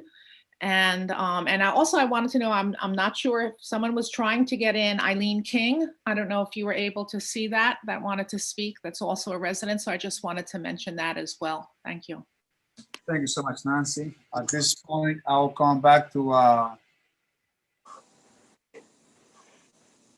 okay, so he lowered his hand. I'll come back now to someone named Eileen King, 7G. Eileen, you have the floor. Eileen? Okay, this is Eileen King speaking, okay?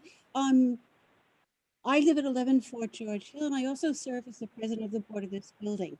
We are 105 families that directly face this restaurant.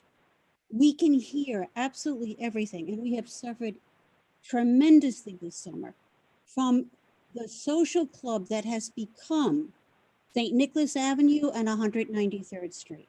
It's already an out of control social club for every weekend night and sometimes during the week.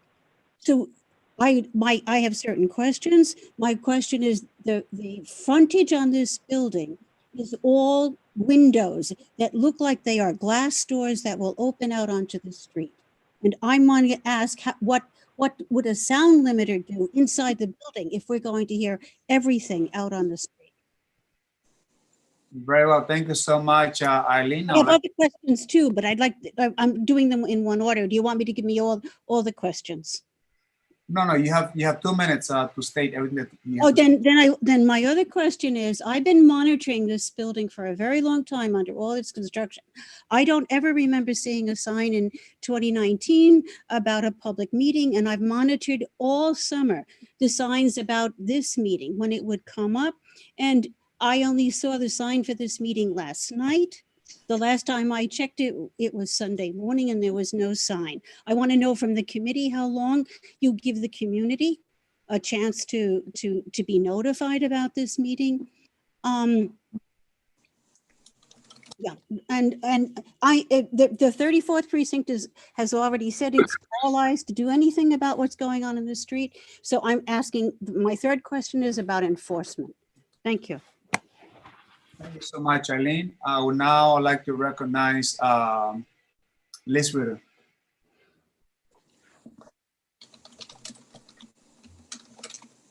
Liz, you have the floor, please.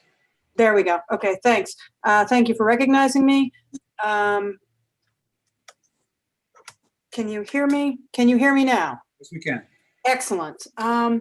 So looking at this location, this is a huge establishment, and I just want to echo what the previous speakers have said. It's a highly saturated area. I don't know if this application meets the SLA's definition for oversaturation, but from the perspective of a layperson, the general activation of the street, the number of SLA licensed establishments within a couple of blocks, and the construction of this particular place, which I don't know if you've seen pictures of it, but as Eileen says, it's all windows, which is going to offer very little soundproofing from just the glass, and is going to be a huge problem when the windows are open. It's good for ventilation for COVID, very bad for noise. So I just have real concerns. I don't know, speaking as a community board member, I don't know that that's really doing the community a service to support this particular establishment. And speaking as just a community resident, I'm really glad that I don't live anywhere near that address. Very well. I would encourage you to vote against it in case that was not obvious. Thank you so much. We now go to the panelists. Aurelia, you have your hand raised. You have 2 minutes, please. Thank you, Isidro. I appreciate all of the comments regarding the location, but I just want to remind you, this is a re-notification to the community board. This license was already approved. The Liquor Authority just wants to make sure that after a year that some of the stipulations are in place. After suffering maybe some of the things that are happening with other businesses, I think it's unfair to put this onerous on this owner who's a new owner and who I think might even clean up the area. But then, there can be stipulations. We can stipulate to 1 a.m. closing all the way around, no 2 a.m. on the weekends. Or I think 1 a.m. closing all the way, or 1 a.m. closing and all the way around. And we can also stipulate to closing the windows at a certain hour, which they do downtown a lot. We can close the, make sure those windows and doors are closed by like 11 so that we don't disturb and sound that is emitted from the location. I don't know, there's a positive and a negative about using garages that where we, the valet parking so that we don't disturb traffic. This is a good operator. I want to give him an opportunity to really show his stuff, but we also do not want to disturb the neighbors. So I will take all these comments under advisement and talk to him and make sure that we try to avoid any of these problems because again, this is a struggling time for restaurant owners and we'd like to see them prosper and violations do not help you prosper. Thank you so much, Aurelia. So to answer the question that Eileen raised, Eileen, the public has to be notified and that note has to be put on the establishment, very visible, at least anywhere from 30 to 15 days. The fact that it was not, that you say was not in any way, shape or form a display when they came in the first time in 2019.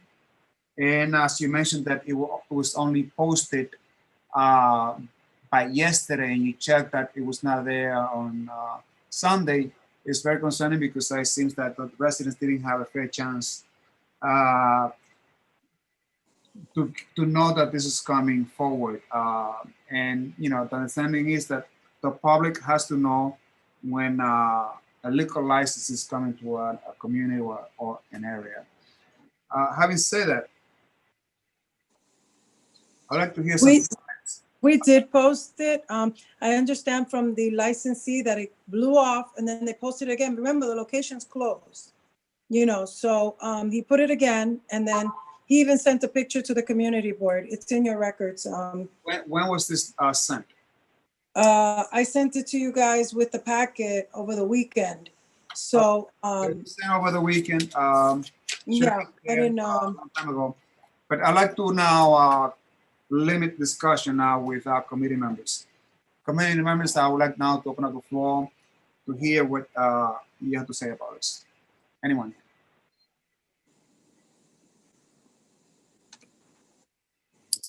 ¿Alguien tiene alguna pregunta para el comité? No, Lily. No, not for that. I would like to say something if I may. I'm sorry. Who's this? I'm sorry. This is Gabriela. I'm sorry. I'm trying to follow protocol and I raised my hand. Since I'm not a committee member, I'm sorry. I didn't want to break the protocol, but I just want to reiterate what Eileen said. I saw myself and this public meeting notice, it was not posted in the time frame that you just mentioned. Thank you so much, Gabriela. That has been noted. Angel? Yeah, so I guess I need some more background information as a new committee member on the stipulation piece here. So is the establishment already been operational for the last year? Is that my understanding? No. You see, yeah. They've been they've been remodeling for some years, for some time, I'm sorry. And they've been closed for at least, I would say, like maybe 8 months while the renovation takes place. So this committee and the board had already approved their liquor license a year past. And in the meantime, they had been doing some type of construction work is what I'm hearing. And now they're coming back. Because it expired. It's only good for a year, the 30-day notice. Got it. So Angel, some background. So they came back, they came here first for committee meetings, going back to June 12th of last year. Then the community board met as a whole, and it was approved back in June 25th. The resolution to approve this was written on July 1st of last year. But because a year has passed, it is required that they come back because a year has already passed. And of course, things change. And that's why we have this hearing, in the sense that if there are any new issues, we will have to address those issues. Any other members? So Yeah, Isidro, this is Leo. I'm sorry for the interruption. I think, and obviously we'll leave it up to voting, but I think if they're just coming back to kind of, I wouldn't say renew, but I guess to renegotiate the steps and stuff like that, why don't we just add a step maybe to put a good neighbor sign somewhere so that, you know, if people have complaints, they can reach out and, you know, no double parking. Because of COVID, I think we should give the business owner a chance. If they haven't had any complaints, they understand there's a lot of noise in the area. Unfortunately, it's happening in a lot of places in Washington Heights, but it's not in direct correlation with the business. The business hasn't been operating, so it's unfair to kind of put the blame on them for things happening in the environment. I think we should give them a running chance to see if they can sustain it. And, you know, in the future, if, you know, if something's happening or they're causing any ruckus, you know, NYPD gets involved, they get violations, and then next time around, you know, we'll figure out then. But that's just my 2 cents. You know, Leo, I think that's a point. I was not thinking along this line. You're right. I think it's unfair to say that this business is not going to follow the regulations and or stipulations. The concern is the area. I know the area very well, and based on the testimonies given by the residents, they're very concerned that, you know, if this becomes an overblown lounge, it's going to be chaotic, not only for the residents, but also for the safety of even the patrons. And it could be a problem, it could be an issue. But I also understand what you just mentioned about giving them a fair chance. But this is what we have been having this discussion to see how we can, you know, go in different ways. So thank you so much for that. Isidro, suggestion? Maybe would it be a good suggestion possibly if you would reach out to ownership and could work with ownership, the precinct, some of the community members who have voiced legitimate concerns, where maybe a meeting at the establishment could be held, where people would come together and express, you know, the things that they've experienced, their concerns. And ownership should certainly take an interest in trying to be an intermediary and helpful in resolving these. So, you know, that might help. Well, you're right. That's worked very well in the past. Thank you. Sorry. Thank you, Aurelia. You're right. I will consider that as the best practice. A business coming in, wanting to be fair with the residents, noting that there are concerns. Also with the precinct, because I'm very concerned that in case of an emergency, too many double parked vehicles there could represent a problem for the precinct and of course other emergency services. So that is very concerning to me as a resident as well. So we cannot stipulate for them to meet because we don't have the authority, but as a best practice, yes, we will highly recommend that this take place. That's how I meant it. I'm sorry. I didn't mean as a step. I mean, well, maybe you could step up with ownership and literally reach out to people like Eileen with some other people on this calls where you reach out with ownership. And as you said, and the precinct. So now we have all parties involved. We have the representative. We have Precinct. We have the precinct. If you can coordinate a meeting amongst yourselves, that'll help. If a meeting doesn't take place and this becomes a problem, the rest are going to come back and tell us that, you know, a meeting was not scheduled for whatever reason, but we cannot stipulate that. It will be highly recommended. You're right. And to add something else. Oh, that was great. Thank you.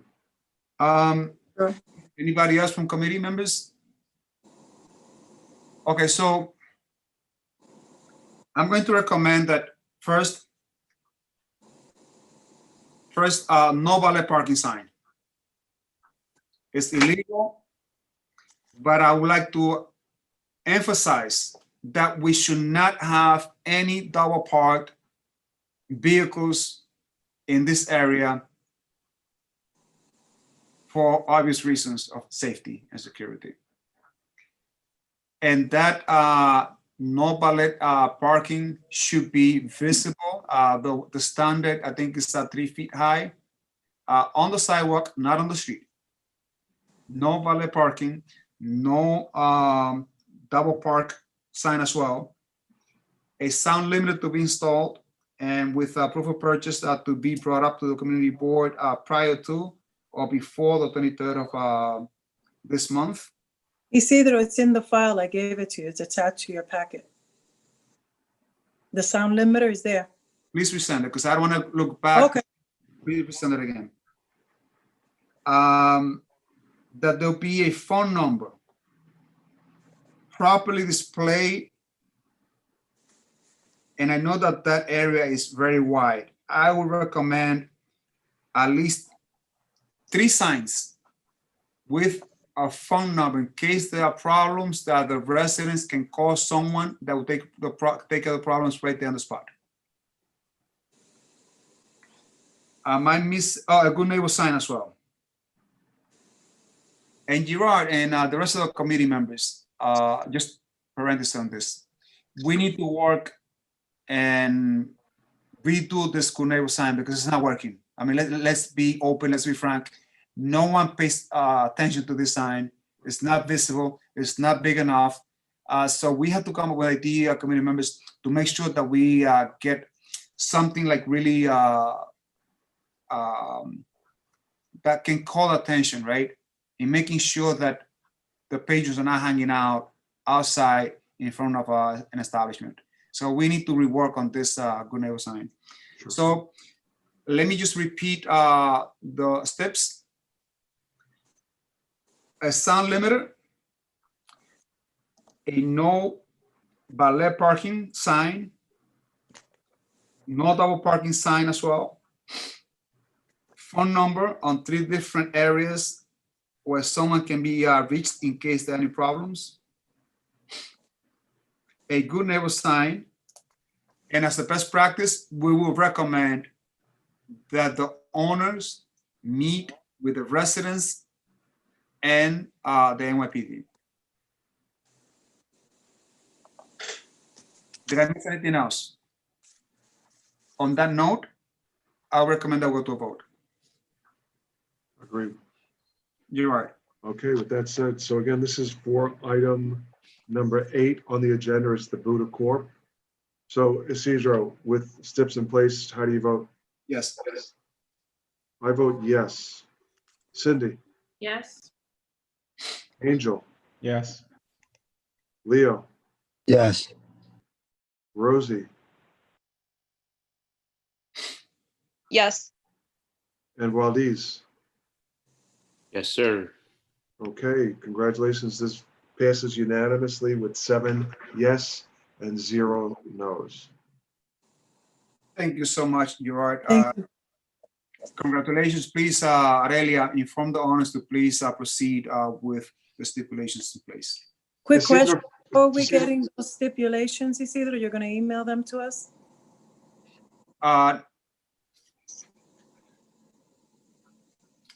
Question, good question. Do you have a template for the steps? Do we have, Chanel, are you on the line? Yes.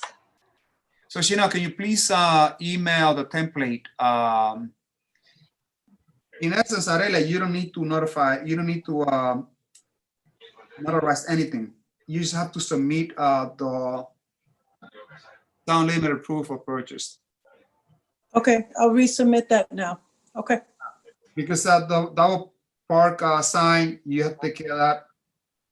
The phone numbers that will be displayed, you take care of that. And the good neighbor sign, you can pick it up from the office. So no need to have that notarized. But there will be steps nevertheless. So you're gonna, okay, I'll work it out with Chanel. I won't take meetings. Chanel, please send Aurelia, be in touch offline and send her the template. Isidro, Thank before we move off, and Elio, could you stand by? Well, might I suggest that I see Nancy's on, he's still on, and Eileen. Elio, could you maybe transfer some information just to residents that gave concerns just as a community resident, I would be very interested if you come to the next general meeting or the one following and let us know if this actually occurred, because I think it's really important. And Aurelia is going to show good faith or not with this ownership. So if Eileen and Nancy, please come back and report to us, let us know at our next licensing committee. We're very interested. Thank you, Uri. And on that note, great point, Uri. On point. I think that Aurelia, they will have no idea how to communicate with you, all the owners. So please put I'm aside. gonna put it in the chat. Yes, please. So Eileen, Gabriela, please write down the number that Aurelia is sharing with you, so you guys can communicate and organize this meeting. Yes. Great. Thank you. Thank you so much. Great, great. So with that Thank said, you. we can move on to the next agenda item, which is number 9 on the agenda, and that is Fuego Tipico Restaurant Corp. It's located at 3856 10th Avenue. It's between 204th and 207th Street. Again, this is item number 9 on the agenda, Fuego Tipico Restaurant for a new license. Are you present? Item number 9. Any ownership or representative from applicant number 9? So with that said, we'll go to the next one, Isidro. Now I recommend that we go to what will be your recommendation? You want to leave it on, come back, or you want to move to the next one? We could vote that, they didn't check in. They did not check in at the beginning, so let's vote. Yep. So this is for item number 9. For the record, when we do a roll call at the beginning of the evening, they were not present. They are not present now, so we're going to vote. So Isidro, how do you vote? No. I vote no. Cindy? No. Angel? No. Leo? No. Rosie? Sorry, no. Rosie, okay, thanks. Waliz? No. So this does not pass unanimously. It's all 7 no's. With that said, we'll go to the next one on the agenda, which is item 10, Mama Taco LLC, DBA Mama Taco. This is located at 5025 Broadway at the corner of West 215th Street. Again, this is for a new license, Mama Taco LLC, DBA Mama Taco. Are you present? Yes, hi. Welcome. You want to introduce yourself? Please. Introduce. Yes, Rose Rodriguez, Rose Rodriguez, and you are owner with Natalia. I'm sorry, are you the owner or the representative? Owner. All right, we're both here. We're both here. Yeah, we have you on speaker, so we're both here together. Very well. Chanel, are you on the line? Yes, hi. Chanel, I'm sorry to bother you. No problem. I did not receive a copy of the menu for Mama Taco. Can you please, take a minute and check on that? Yeah. While we review this application.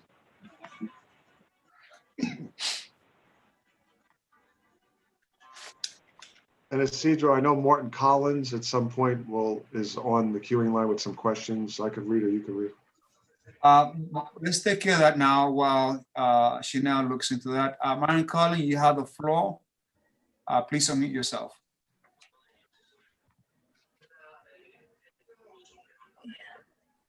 I don't know if I could read what he's saying, Morton Collins. Hi, Isidro.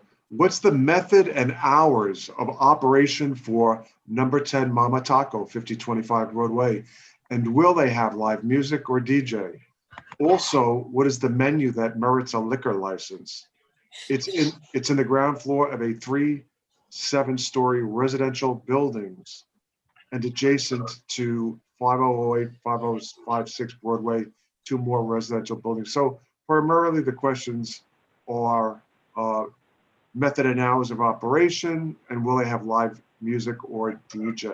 Chanel looks for that menu. I don't have it either.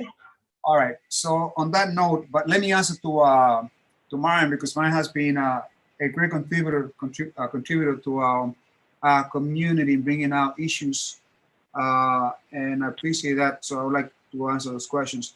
So Marian, they have checked here that they will bring recorded music only. There'll be no jukebox, no DJ, no karaoke, no live music. And the hours of operations are 12 p.m. noon to 2 a.m. Mondays, Tuesdays, and Wednesdays. Then from Thursdays, Fridays, and Saturdays from 12 noon to 3 a.m. And then on Sundays until 2 a.m. from 12 p.m. At this point, we have Rosa Rodriguez, who is the owner. Rosa. Yes. So we don't have a copy of the menu, and that's part of the requirement for us to have a complete application. And on that note, since this application is not completed, we cannot entertain this application. So I recommend, my recommendation only, that you withdraw this application until next month, until you bring a complete application, which includes a copy of the menu and a complete questionnaire, which you have, and also a copy of the floor plan. So what we comments, Rosa? Oh, no, I remember submitting a menu with the attorney who was helping me fill out the application and submitting for the license. I'm not sure why that wasn't handed in. Yeah, I've been checking the package that I received from the office, and I don't see a copy of the menu. So, well, we're still sticking by the previous menu, Mexican, authentic Mexican food. Okay, just give me 1 second, but for us to consider an application, it has to be a complete application, and a menu has to be part of it. Okay. What I can do is, if you like, withdraw this without punitive action to be taken on this application until you come back next month.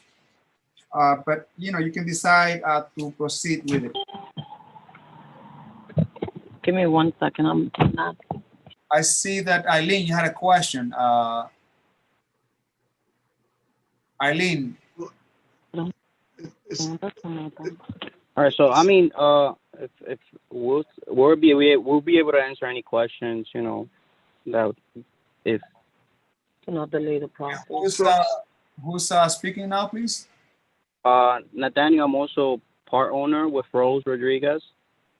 Okay, so again, we will not be able to proceed with this application because it's incomplete. I recommend that you withdraw. If not, we will go into a straight vote without any discussion on the matter. It is part of the process of not considering any application if they're not 100% complete. Chanel, are you on the line? Yeah. So you double checked and there are no menus, right? Yeah, no menus, just the questionnaire and the diagram. Thank you so much. Before I move on committee decision, Liz, do you have a question? Yeah, I mean, if you're going to vote on it, I hope that you vote against it because we do not have enough information to fully consider the application. If the applicant decides that they want to withdraw and re-present next month, I have one question and a request. The question is, can somebody tell me what does the clock look like for the SLA, and are we compelled to reply in some way? Is the SLA going to be deciding at some point before your November committee meeting and our November general meeting? And my request is that if the applicant withdraws the application and re-presents next month, I hope that they would be able to address, I don't want to hold them responsible for the mistakes of prior bad actors in that location. That's not their fault, but they do need to be aware of how many problems there were at that location and address the community's concern about that location and what it is specifically they are going to do differently from all the previous operators so that the folks who live in the 215th area do not have to be on the receiving end of bad actor after bad actor that have operated previously in that venue. So Isidro, I make a motion that we as this individual applicant, are they withdrawing? Are they going to vote? Because we're actually doing the application, which is the exact point we're not supposed to be doing the application. These are conversations that should be had when this application is complete. So are you withdrawing it or do you want us to vote? It's a digital question, yes or no? Okay. No, we will have to withdraw because we got to submit the menu and we got to come back to you guys with any questions that you guys have also to, you know, address the matter of. Yeah, so you have to last submit a person- full application and be prepared to answer any question of committees, members, or residents, or anybody else that comes. So we put that down as a withdrawal, Isidro? It is. Great, Excuse me? so that's a withdrawal. Thank you so much. All right. Thank you. Thank you so much, right? Thank you so much. Mine, are you on the line before we move forward? I see that Mine Collins is not on the line, so we'll move forward. This application has been withdrawn. Let's move to the next one, please. So item 11 Hello, earlier. hello. Oh, I'm here. It finally showed up to unmute myself. I pressed it like 50 times. Go ahead. Mine, please. Martin, they withdrew the application, so you're probably Got it. going to want to come next month.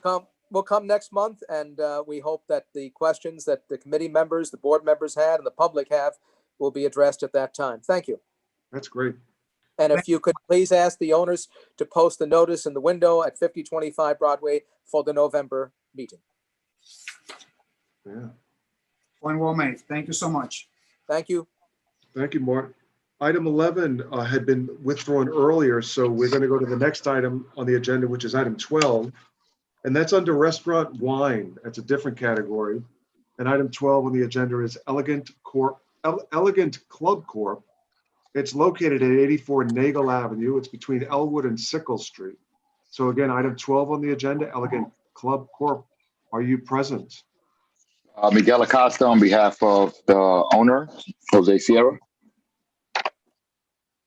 Very well, Miguel. You are the representative. I'm trying to take a look here as to where this place is at. What was there before? This is I guess is the little complex there where the barber shop is on the ground level, but you have to walk up like 3 flights of steps, and then you have Is like that down. where there used to be a pool place there? I'm not sure. My client is looking to put one table of billiards. I'm not sure if there was a previous location there that was licensed. Yeah, if I'm not mistaken. Yeah, Isidro, yeah, you're right. It's around that area where the barbershop is at, right next to the pizzeria. Yes, correct. Yeah, I think it's literally right next to the pizzeria. Yeah, I think that there is a pool place there. That was downstairs, right? Yeah, correct. Yeah. Very well. So Miguel, you are the representative. Yes. And what is the nature of this establishment? It's a new establishment. It's beer and wine. Yeah, basically it's just a beer and wine tavern. This applicant had a previous license. I believe it was on 204th Street and Nagel Avenue. We had an issue with his partner. They surrendered the liquor license, the beer license. They've always operated. He's always operated with a beer license. So basically, it's more like a place of gathering, of friends and the public. He's gonna have one pool table. The operation is gonna be very, very small. He has a patio which he's looking to extend his beer to the back of it. There's not gonna be there's gonna be some sort of entertainment, which is iPad and trying to do karaoke and maybe have live music certain occasions. Operation is going to be from 4 p.m. to 2 a.m. Where there's a school across the street, this will have to go to liquor authority within the 200 feet from the school. The school, I think, is across the street, 96 Maple Avenue. Just give me 1 second, Miguel. Chanel, are you on the line? Yes. So Chanel, I don't see an application as part of this package. Yeah, it was emailed around 12:01 today. Okay, okay. Mhm. So this is not part of the complete package that you sent at a very late afternoon? No, it's not part of the packet from yesterday. So moving forward, as we do the Zoom meeting, please send me like everything that has not Yeah, been. but I mean, they sent it. Yeah, we sent it. We sent it on. We got So- the email today. We sent it around a little bit past 12 today. Hey, Miguel, give me 1 second, please, if you don't mind. Sorry. So Chanel, like send me like all the documents, all in one package. That way I will know that everyone that submitted some documents, and we're doing this because of COVID, that I'll get one package, and that way I can print it out and not having to look like in 20 different ways. I mean, yeah, I sent it to you earlier in the day. But this is what I'm saying. Don't send it separately. Send everything on one email only. That way I know that that's all I have. Okay. You understand? I mean, yeah, I mean, that's what I did. No, because But okay. you said that you sent it earlier. Yeah, with the whole, like, about 7 applications sent their documents around 12-ish, 1, and I put them all together.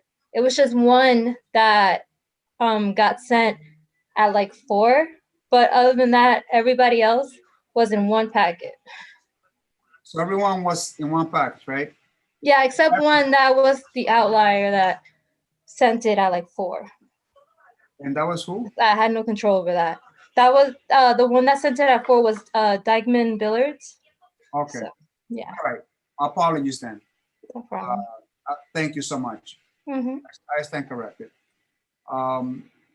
Very well. So, Officer Martinucci, this is with the Prairie 34 precinct. Let me go with some specifics. In November. See. So the idea is that there'll be no jukebox, no DJ. There'll be karaoke, recorded music, live music. The space has been properly soundproofed. The capacity is 75. The hours of operations are from 4 p.m. to 2 a.m., 7 days a week. You heard some of the descriptions brought by Miguel Acosta, who is a representative. I do have a copy of the menu. I do have a copy of the floor plan. It's a very limited food service. What's the opinion of 34th precinct? Opinion of the 34th precinct. The biggest concern that we have is since outdoor dining began, Nagel Avenue from Elwood to Dykeman has had double and triple parking on both sides of the street for the entire 3 to 4 block range. It's been completely out of control. This location will only add to that.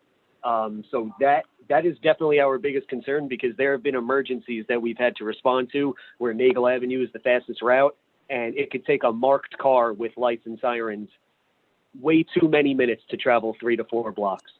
And this falls in between Elwood and Sickles. So that is definitely our biggest concern. The only question that I had, because I didn't see the document for this, was the occupancy on this place. The occupancy is 75. The occupancy is 75? Okay. All right. I mean, listen, I need to stress it. similar to how I was stressing it before with 193 in St. Nick, as the other residents did.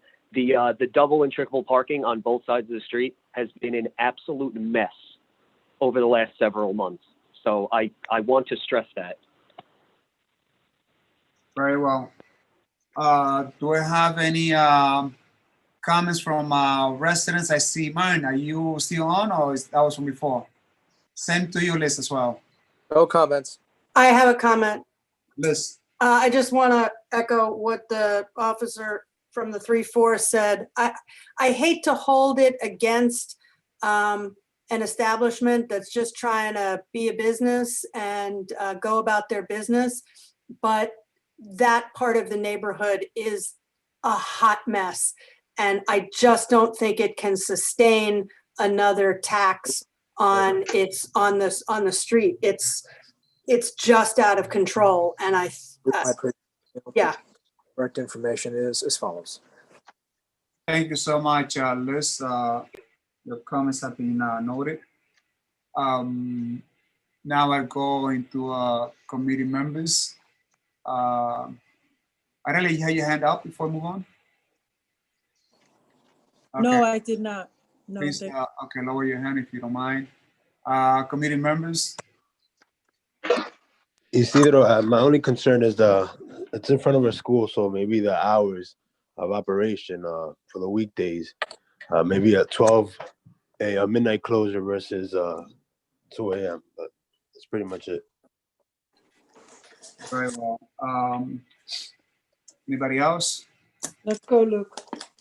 So on this particular agenda item, I'm a little bit concerned about the fact that in case of an emergency, God forbid that either the NYPD, the firefighters will not have the proper way of coming around, could be a problem.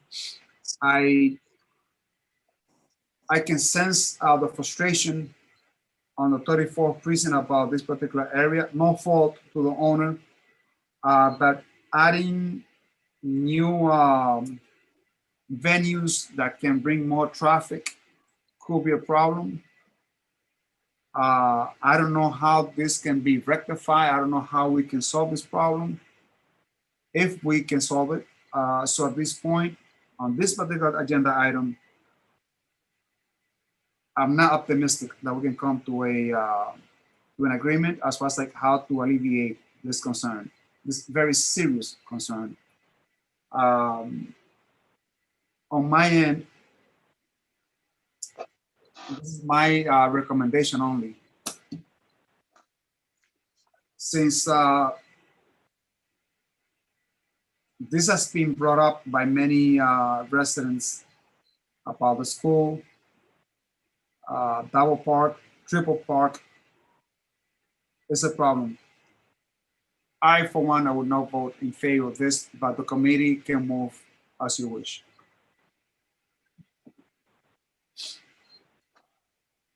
Gerard, you are muted. You know, good evening. I was just thinking about this business owner, and I'm conflicted because I totally acknowledge and recognize the public safety issue that has deteriorated in our community from the tip of Inwood down deep into Washington Heights and well past us. And it's unfortunate because a lack of will and a lack of leadership and resources, businesses are kind of getting stuck. And it's not the police's fault. The police are not resourced properly. They're not supported properly in the enforcement. These are enforcement issues that have permitted to continue to deteriorate in our community. And because of that, instead of looking in the areas that should be making business possible, we're actually looking, and there's a side of me that it goes along with it, that, hey, another business is going to create more of a problem, but more of a problem that we have permitted to exist. So I don't know, maybe I'm just thinking out loud. I think this community and leadership and public safety needs to start moving in the direction of enforcement and resourcing agencies that are supposed to do that, and supporting that enforcement so that business owners can be empowered to to try to make a go of it. So it's more of a statement. It's conflicted. I think the businesses unfairly are getting negatively impacted by a lack of will and proper responsibility and resourcing. So I just wanted to say that. Point Yeah, well made. You're right. Angel, I know that you have a question. But no, I don't necessarily have a question. I wanted to make a statement as well. I am a firm believer in consistency, and just the way that we wanted to give consideration to the business on 193rd and St. Nicholas, even though they haven't been there, but there's been a lot of noise and there's been a lot of like community activism, or a lot of the community making a lot of noise in that area. We were still willing to give the business owner a shot. That's just I'm a firm believer in consistency. And so if we're going to treat one business that way, that is having a similar issue with the community at large in terms of noise in the area, then I would move to try to treat the other businesses in a more in the same consistent manner. Angel, point well made, and well taken as well.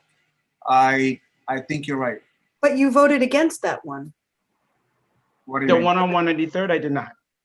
It was Uh, the it- one on St. Nicholas and between 193rd and 192nd. Number 8 was unanimously, you all voted unanimously no. No, we voted in favor of it. Yes. Yeah. Yeah. And I think Angel, just in committee right now, I agree with you. And that's, you're spot on when you talk about consistency in this committee. It's so important. And I think the issue that 34th was bringing up, while there is some issues of noise, was more about the public safety in terms of, essential services getting down those streets. That's the point I was speaking to, where I get conflicted, where, the public safety issue of police and fire trucks being able to get down these streets. I think that's what he was talking about, but I agree with you, Angel. On that note, Angel and Gerard, I think you made yourselves very clear. I got 3 other people who are under the impression that you voted no on that other one, so I'm very confused. No, it was, no, thank you. And I'll come back to that later on, but it was voted overwhelmingly in favor with stipulations. Going back to what Angel, you have said, and Gerard, I think you made outstanding points. I'm glad that I have you guys there to every now and then, like push me to the wall, and I like that. I think you're right. Officer Martinucci, the question has become about enforcement. Why is it that we cannot enforce cleaning this area out of this double park and triple park, since they do constitute a critical issue where emergency vehicles cannot pass by? I think it's a question of enforcement. You're right. Angel, again, you're right as well. How can we enforce in cleaning this area out? Because it is within that is within your jurisdiction. And if there is an area that needs to be cleared out, you yourselves are the only enforcing agency that can do this. What can you tell us on this issue? No, I completely agree, especially with what Gerard said, but basically what everybody's been saying. It is extremely unfair to hold a new business accountable for the problems of a 4-block stretch. I couldn't agree with that more, and I fully accept it. The only thing that I will say is the problem is not continued by a lack of enforcement by us. There are tickets being written. There are cars being towed. We are trying very hard to move everything. And I know you're not saying that we're not trying, but it's just one of those issues that if you write a parking summons on a double or triple parked car, somebody will just leave the car there. And if we're in the middle of writing a ticket and somebody comes out, it's a good time to use discretion. But as that car leaves, now they know that as long as they're on the sidewalk and they can see the police officer approach their car, they know that discretion will continue to be used, and they could just spin around the block and park back there. And if they don't take that spot, somebody else will. So it's it's not this new business's fault. I fully acknowledge that. It's just it's basically what Gerard was getting at. It's an impossible thing for us to continue to enforce, and just the thought of adding another business there is like depressing for the community. Understood. Any comments from other committee members? Yeah, just on that note, this is a behavioral issue in the sense of, a lack of awareness and concern for your fellow residents or people that live in these buildings. Because I always look at this as it's a public safety issue. When you're blocking streets, that's fire trucks that can't get down, and it's police cars. So I think it's a serious thing. It's not just somebody looking to have a great time and park a car there. I'm just, maybe it's something that traffic and transportation could look at. Gerard, I was just going to jump in, and I was going to say, I think that that's something that I'm on that committee as well, something that we can bring up there to figure out. Where you kind of create zones where it's not viewed at that you're double parking. You're creating a public safety, which could be a life safety issue. Maybe that's the way to talk about it. Angel, maybe we could bring it up in traffic where, it's more than just double parking. You could be putting somebody's life in jeopardy if a fire truck can't get through or a police car can't get through. Someone's good time doesn't really trump that. Public safety should always be in the forefront, and we should do a better job in our community. Our leadership should support resourcing as well, and they should be more vocal in support.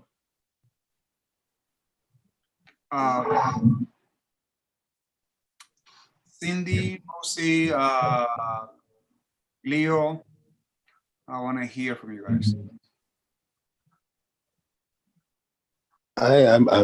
It's Leo. I'm gonna echo Angel's statement and say, yeah, I understand. It's been tough. People are out and about and they're doing things they're not supposed to. And like Gerard said, it does affect our community. Not only the buildings, residents with the noise, but people, students across the street. There's a school there. But I do think we should give them a fighting chance, a fair chance. And, maybe like it was previously mentioned, bring it up in the traffic and transportation committee and go from there. Very well. Anybody else? It's Cindy here. Definitely some great points being made, and I agree. We do need to give business the opportunity to prosper. When operators are good, they tend to clean up the areas that have major issues. So if we do what we do best as a community board, ask the right questions, require steps, and listen to our residents, then I think we do have that opportunity to give these businesses a chance to help us out basically by cleaning up these areas that we struggle with so much. So yeah. Very well. Will you guys then recommend some steps? Or would you like to move with a vote without steps? I don't know if steps are required for this. It's really it's a density issue. I don't know if steps can do anything with that. And can I comment, Isidro, real quick? Just before we finish with the comments, I'd like to exhaust arguments within committee members so I could have a full understanding, perhaps how we're going to move forward, and then I'll get back to you, Miguel. Angel?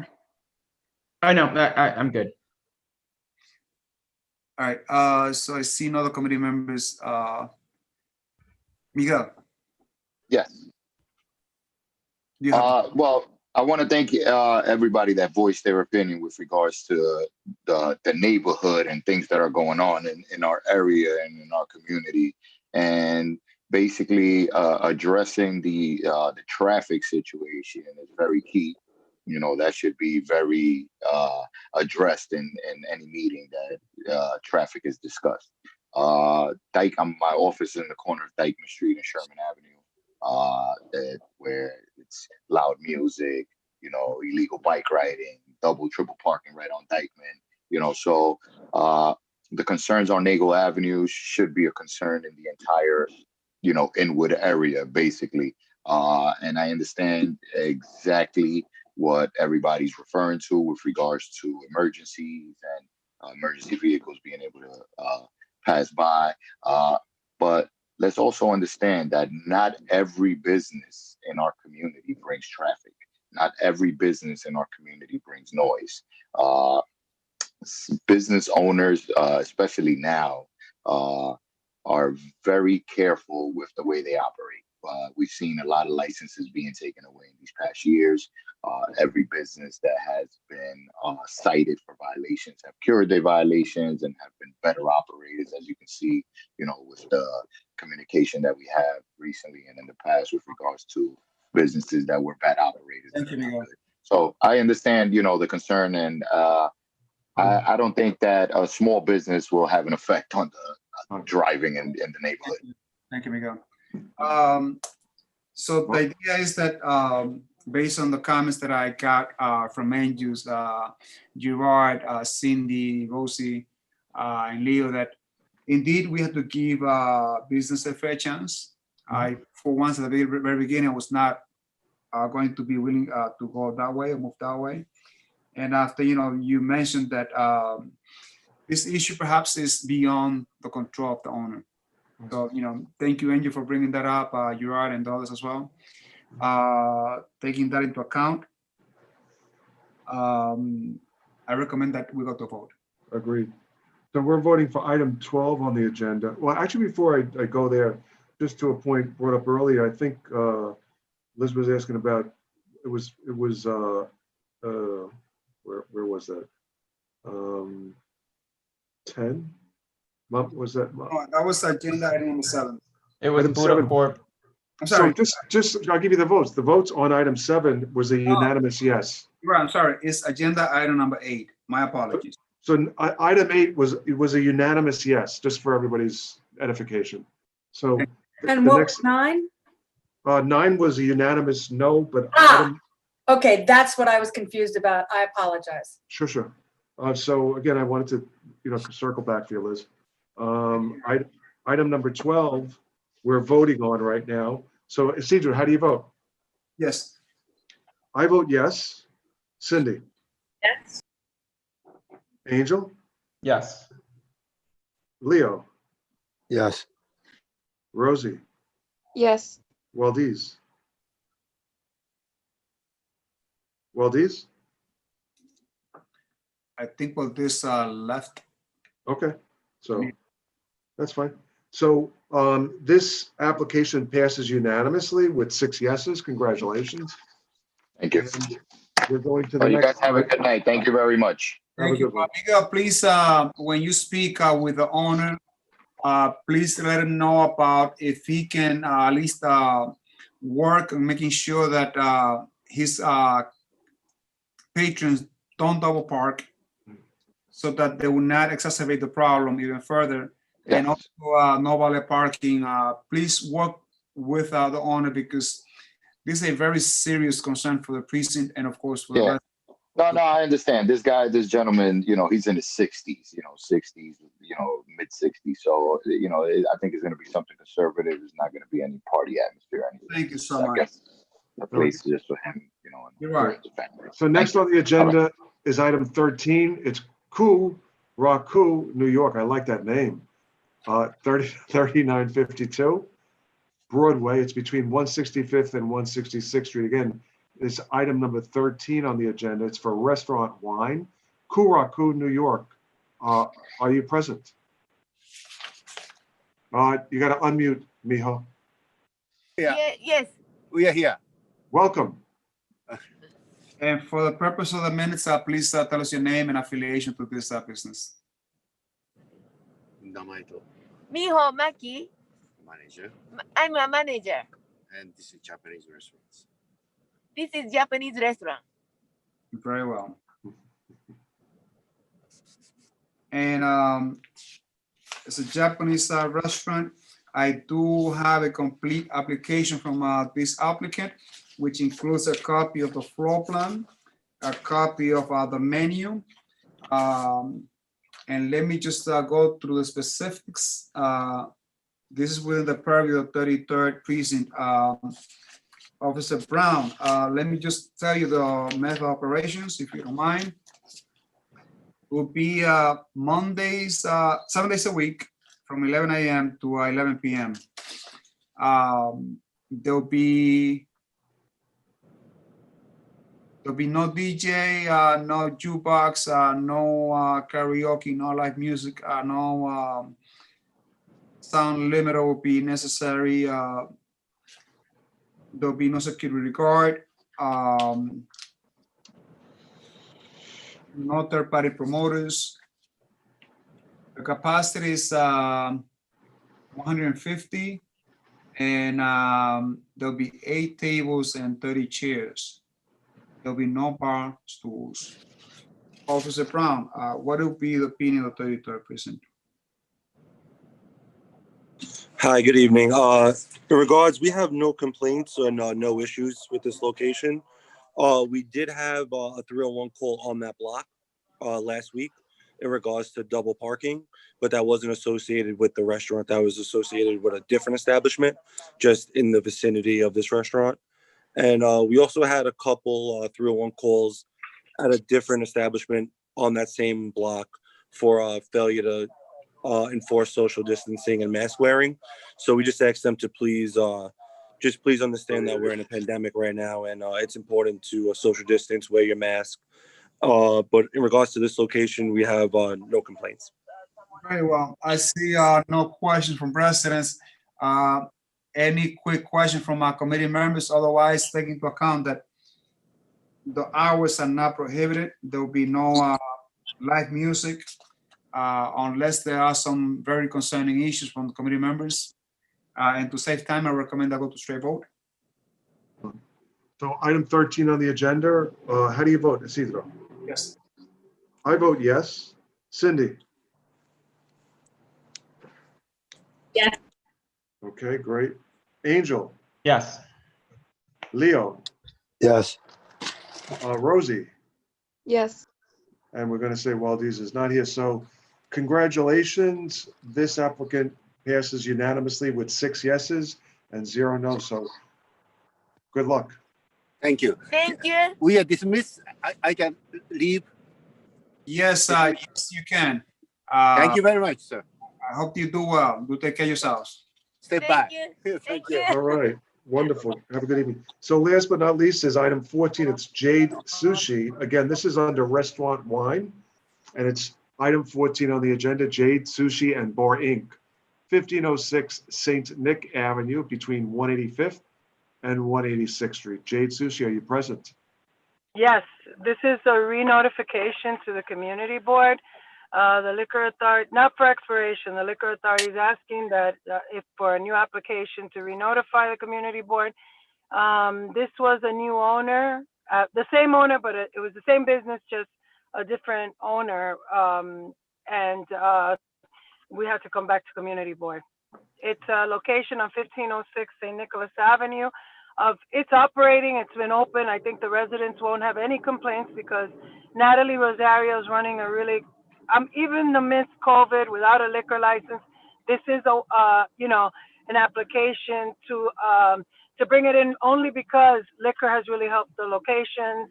She thinks it's going to help her sales, and from the way the business is operating, I don't think it's really adorable. I don't think it's as Mr. Mangu. It's really a cute location, and it's half the size of the.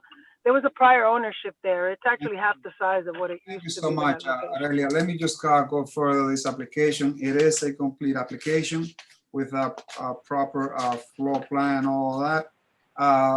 This applicant came here last year, and a resolution was voted in favor for them to receive the restaurant wine license. I also note that they received that A based on the last health inspection. Let me just go over the specific, Officer Martinucci. The idea here is to have the hours of operation between Mondays through Saturdays from 9 a.m. to 2 a.m. and Sundays from 9 a.m. to midnight. The capacity in this area is 74. Again, as it was recorded the last time I came here last year, it was approved for DJ, recorded music, amplified jazz, and no karaoke. And no karaoke, right? Aurelia. No karaoke. No karaoke. Thank you so much. So based on that, Officer Martinucci, what will be the opinion of 34?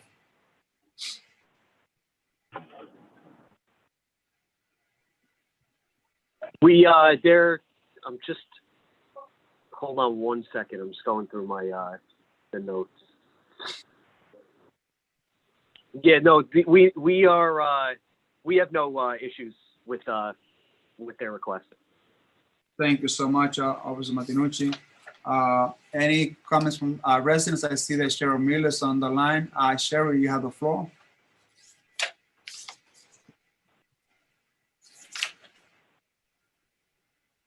Cheryl, please unmute yourself. I think, okay, I see that you lower your hand. Okay. Okay, can you hear me now? Yes, we can. Okay. Actually, I had my hand up before Zedro, and I wanted to speak on the previous license before this one, the Japanese place, because I'm right over there. I wanted to know, where are they opening up at? Because there's BBQs over there, and it's on the block of Chase Bank, I believe. It's got to be on that block. So there were 2 empty spaces there. One was the X Cafe, used to be a coffee shop. And the other one was, I believe, the Columbia Bookstore. There was a bookstore that was there. Do you know what space they're in? It's got to be one of those. I live in the area. I live in the area. It's the cafe one, so. So how are they fitting 150 tables in there? That's a small place. Not 150 table, 150 people, not tables. Oh, okay. I thought they said 150 tables. So what are they serving? They're serving Japanese? That's it? Yes. Just Japanese food. Ramen. Okay, but I think they fall under the 500-foot Isidro, don't they? Let me see how many licenses are there. Because you have BBQ, you have Public House on the corner by me. You have Wendy's across the street. I believe Wendy's is still a restaurant, right? Even though they're fast food, it's a restaurant. They don't have alcohol. It only deals with alcohol serving. This is wine. It's a wine license. Oh, it's wine. Okay, yeah. so they don't fall. So it's not under the 500 foot. This is what, yeah, it's restaurant wine.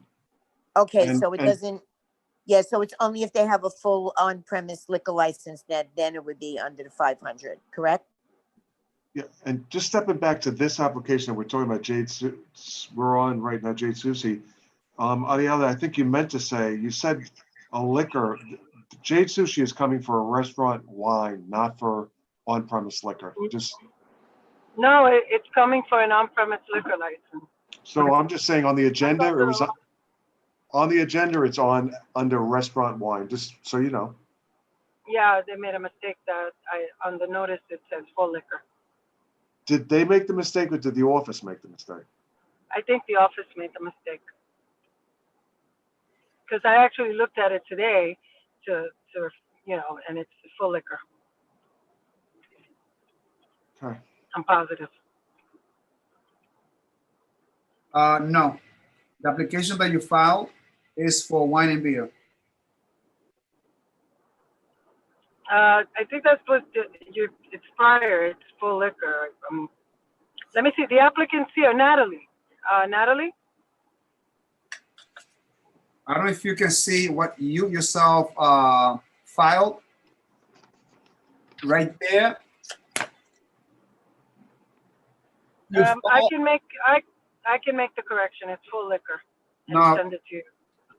No, we cannot entertain that now. Hello? Yes, Natalie, this is is it full Natalie. liquor or wine and beer? Wine and beer only. Oh, okay. I'm sorry, guys. My mistake. I'm sorry. Thank My you. brain. I'm exhausted, guys.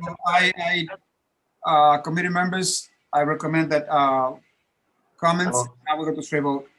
Thank you. So item 14, Jade Sushi. Isidro, how do you vote? Yes. I vote yes. Cindy? Cindy? I vote yes. Angel? Yes. Leo? Yes. Rosie? Yes. Waldiz, I think it's going. So congratulations. This application passes unanimously with 6 yeses, 0 nos. Thank you so much, guys.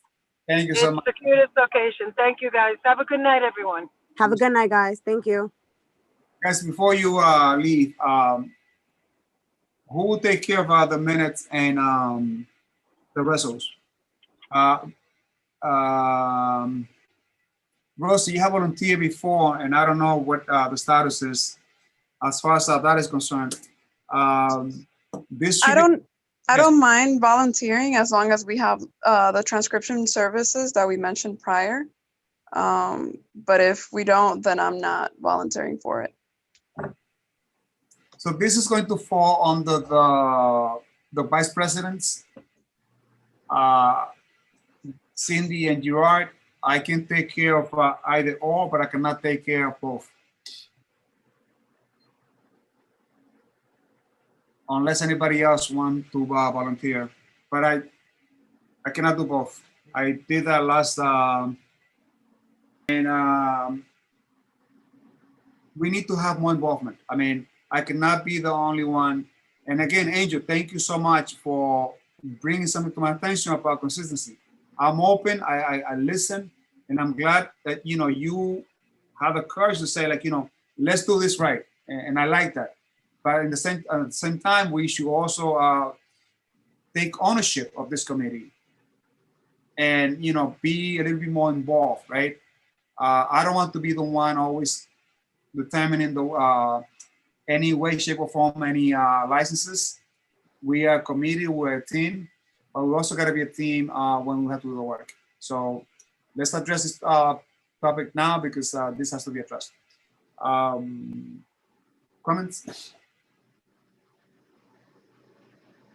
So I'm okay to do minutes. I've never done them before. I could take a crack at it. You know, I'll give it a shot. I can send you the template and samples.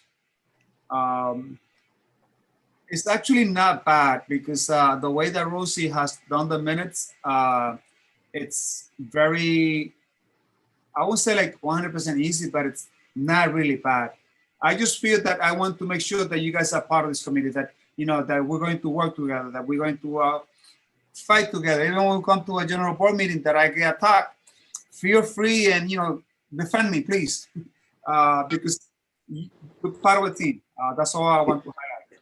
Isidro, if you want, because I would love to learn how to do it as well. I have no idea how to, but I don't mind doing it for next month. So volunteering for next month, and maybe, you know, having Rosie send out her minutes when she's finished so that I can use it for next month, the template at least. Very well. So yeah, I'm also happy to volunteer in the future. I would just, you know, given a heads up beforehand so that I know, like, okay, Angel, take notes today because, you know, you're going to be writing the minutes or something like that. So I'll send the templates to Cindy for the minutes, and Rosie, you say you can do the rest of maybe? Rosie? She seems to be on mute. Or I can take care then the rest of.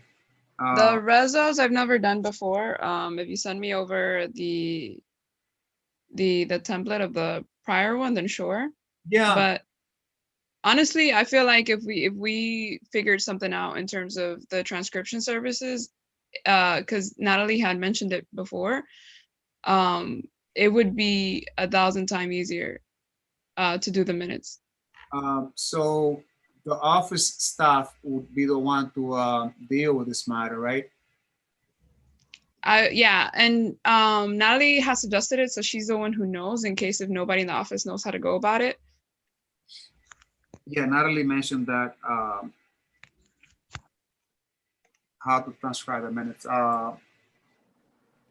So let's I'll send both Cindy and the template for the minutes, and then Rosie.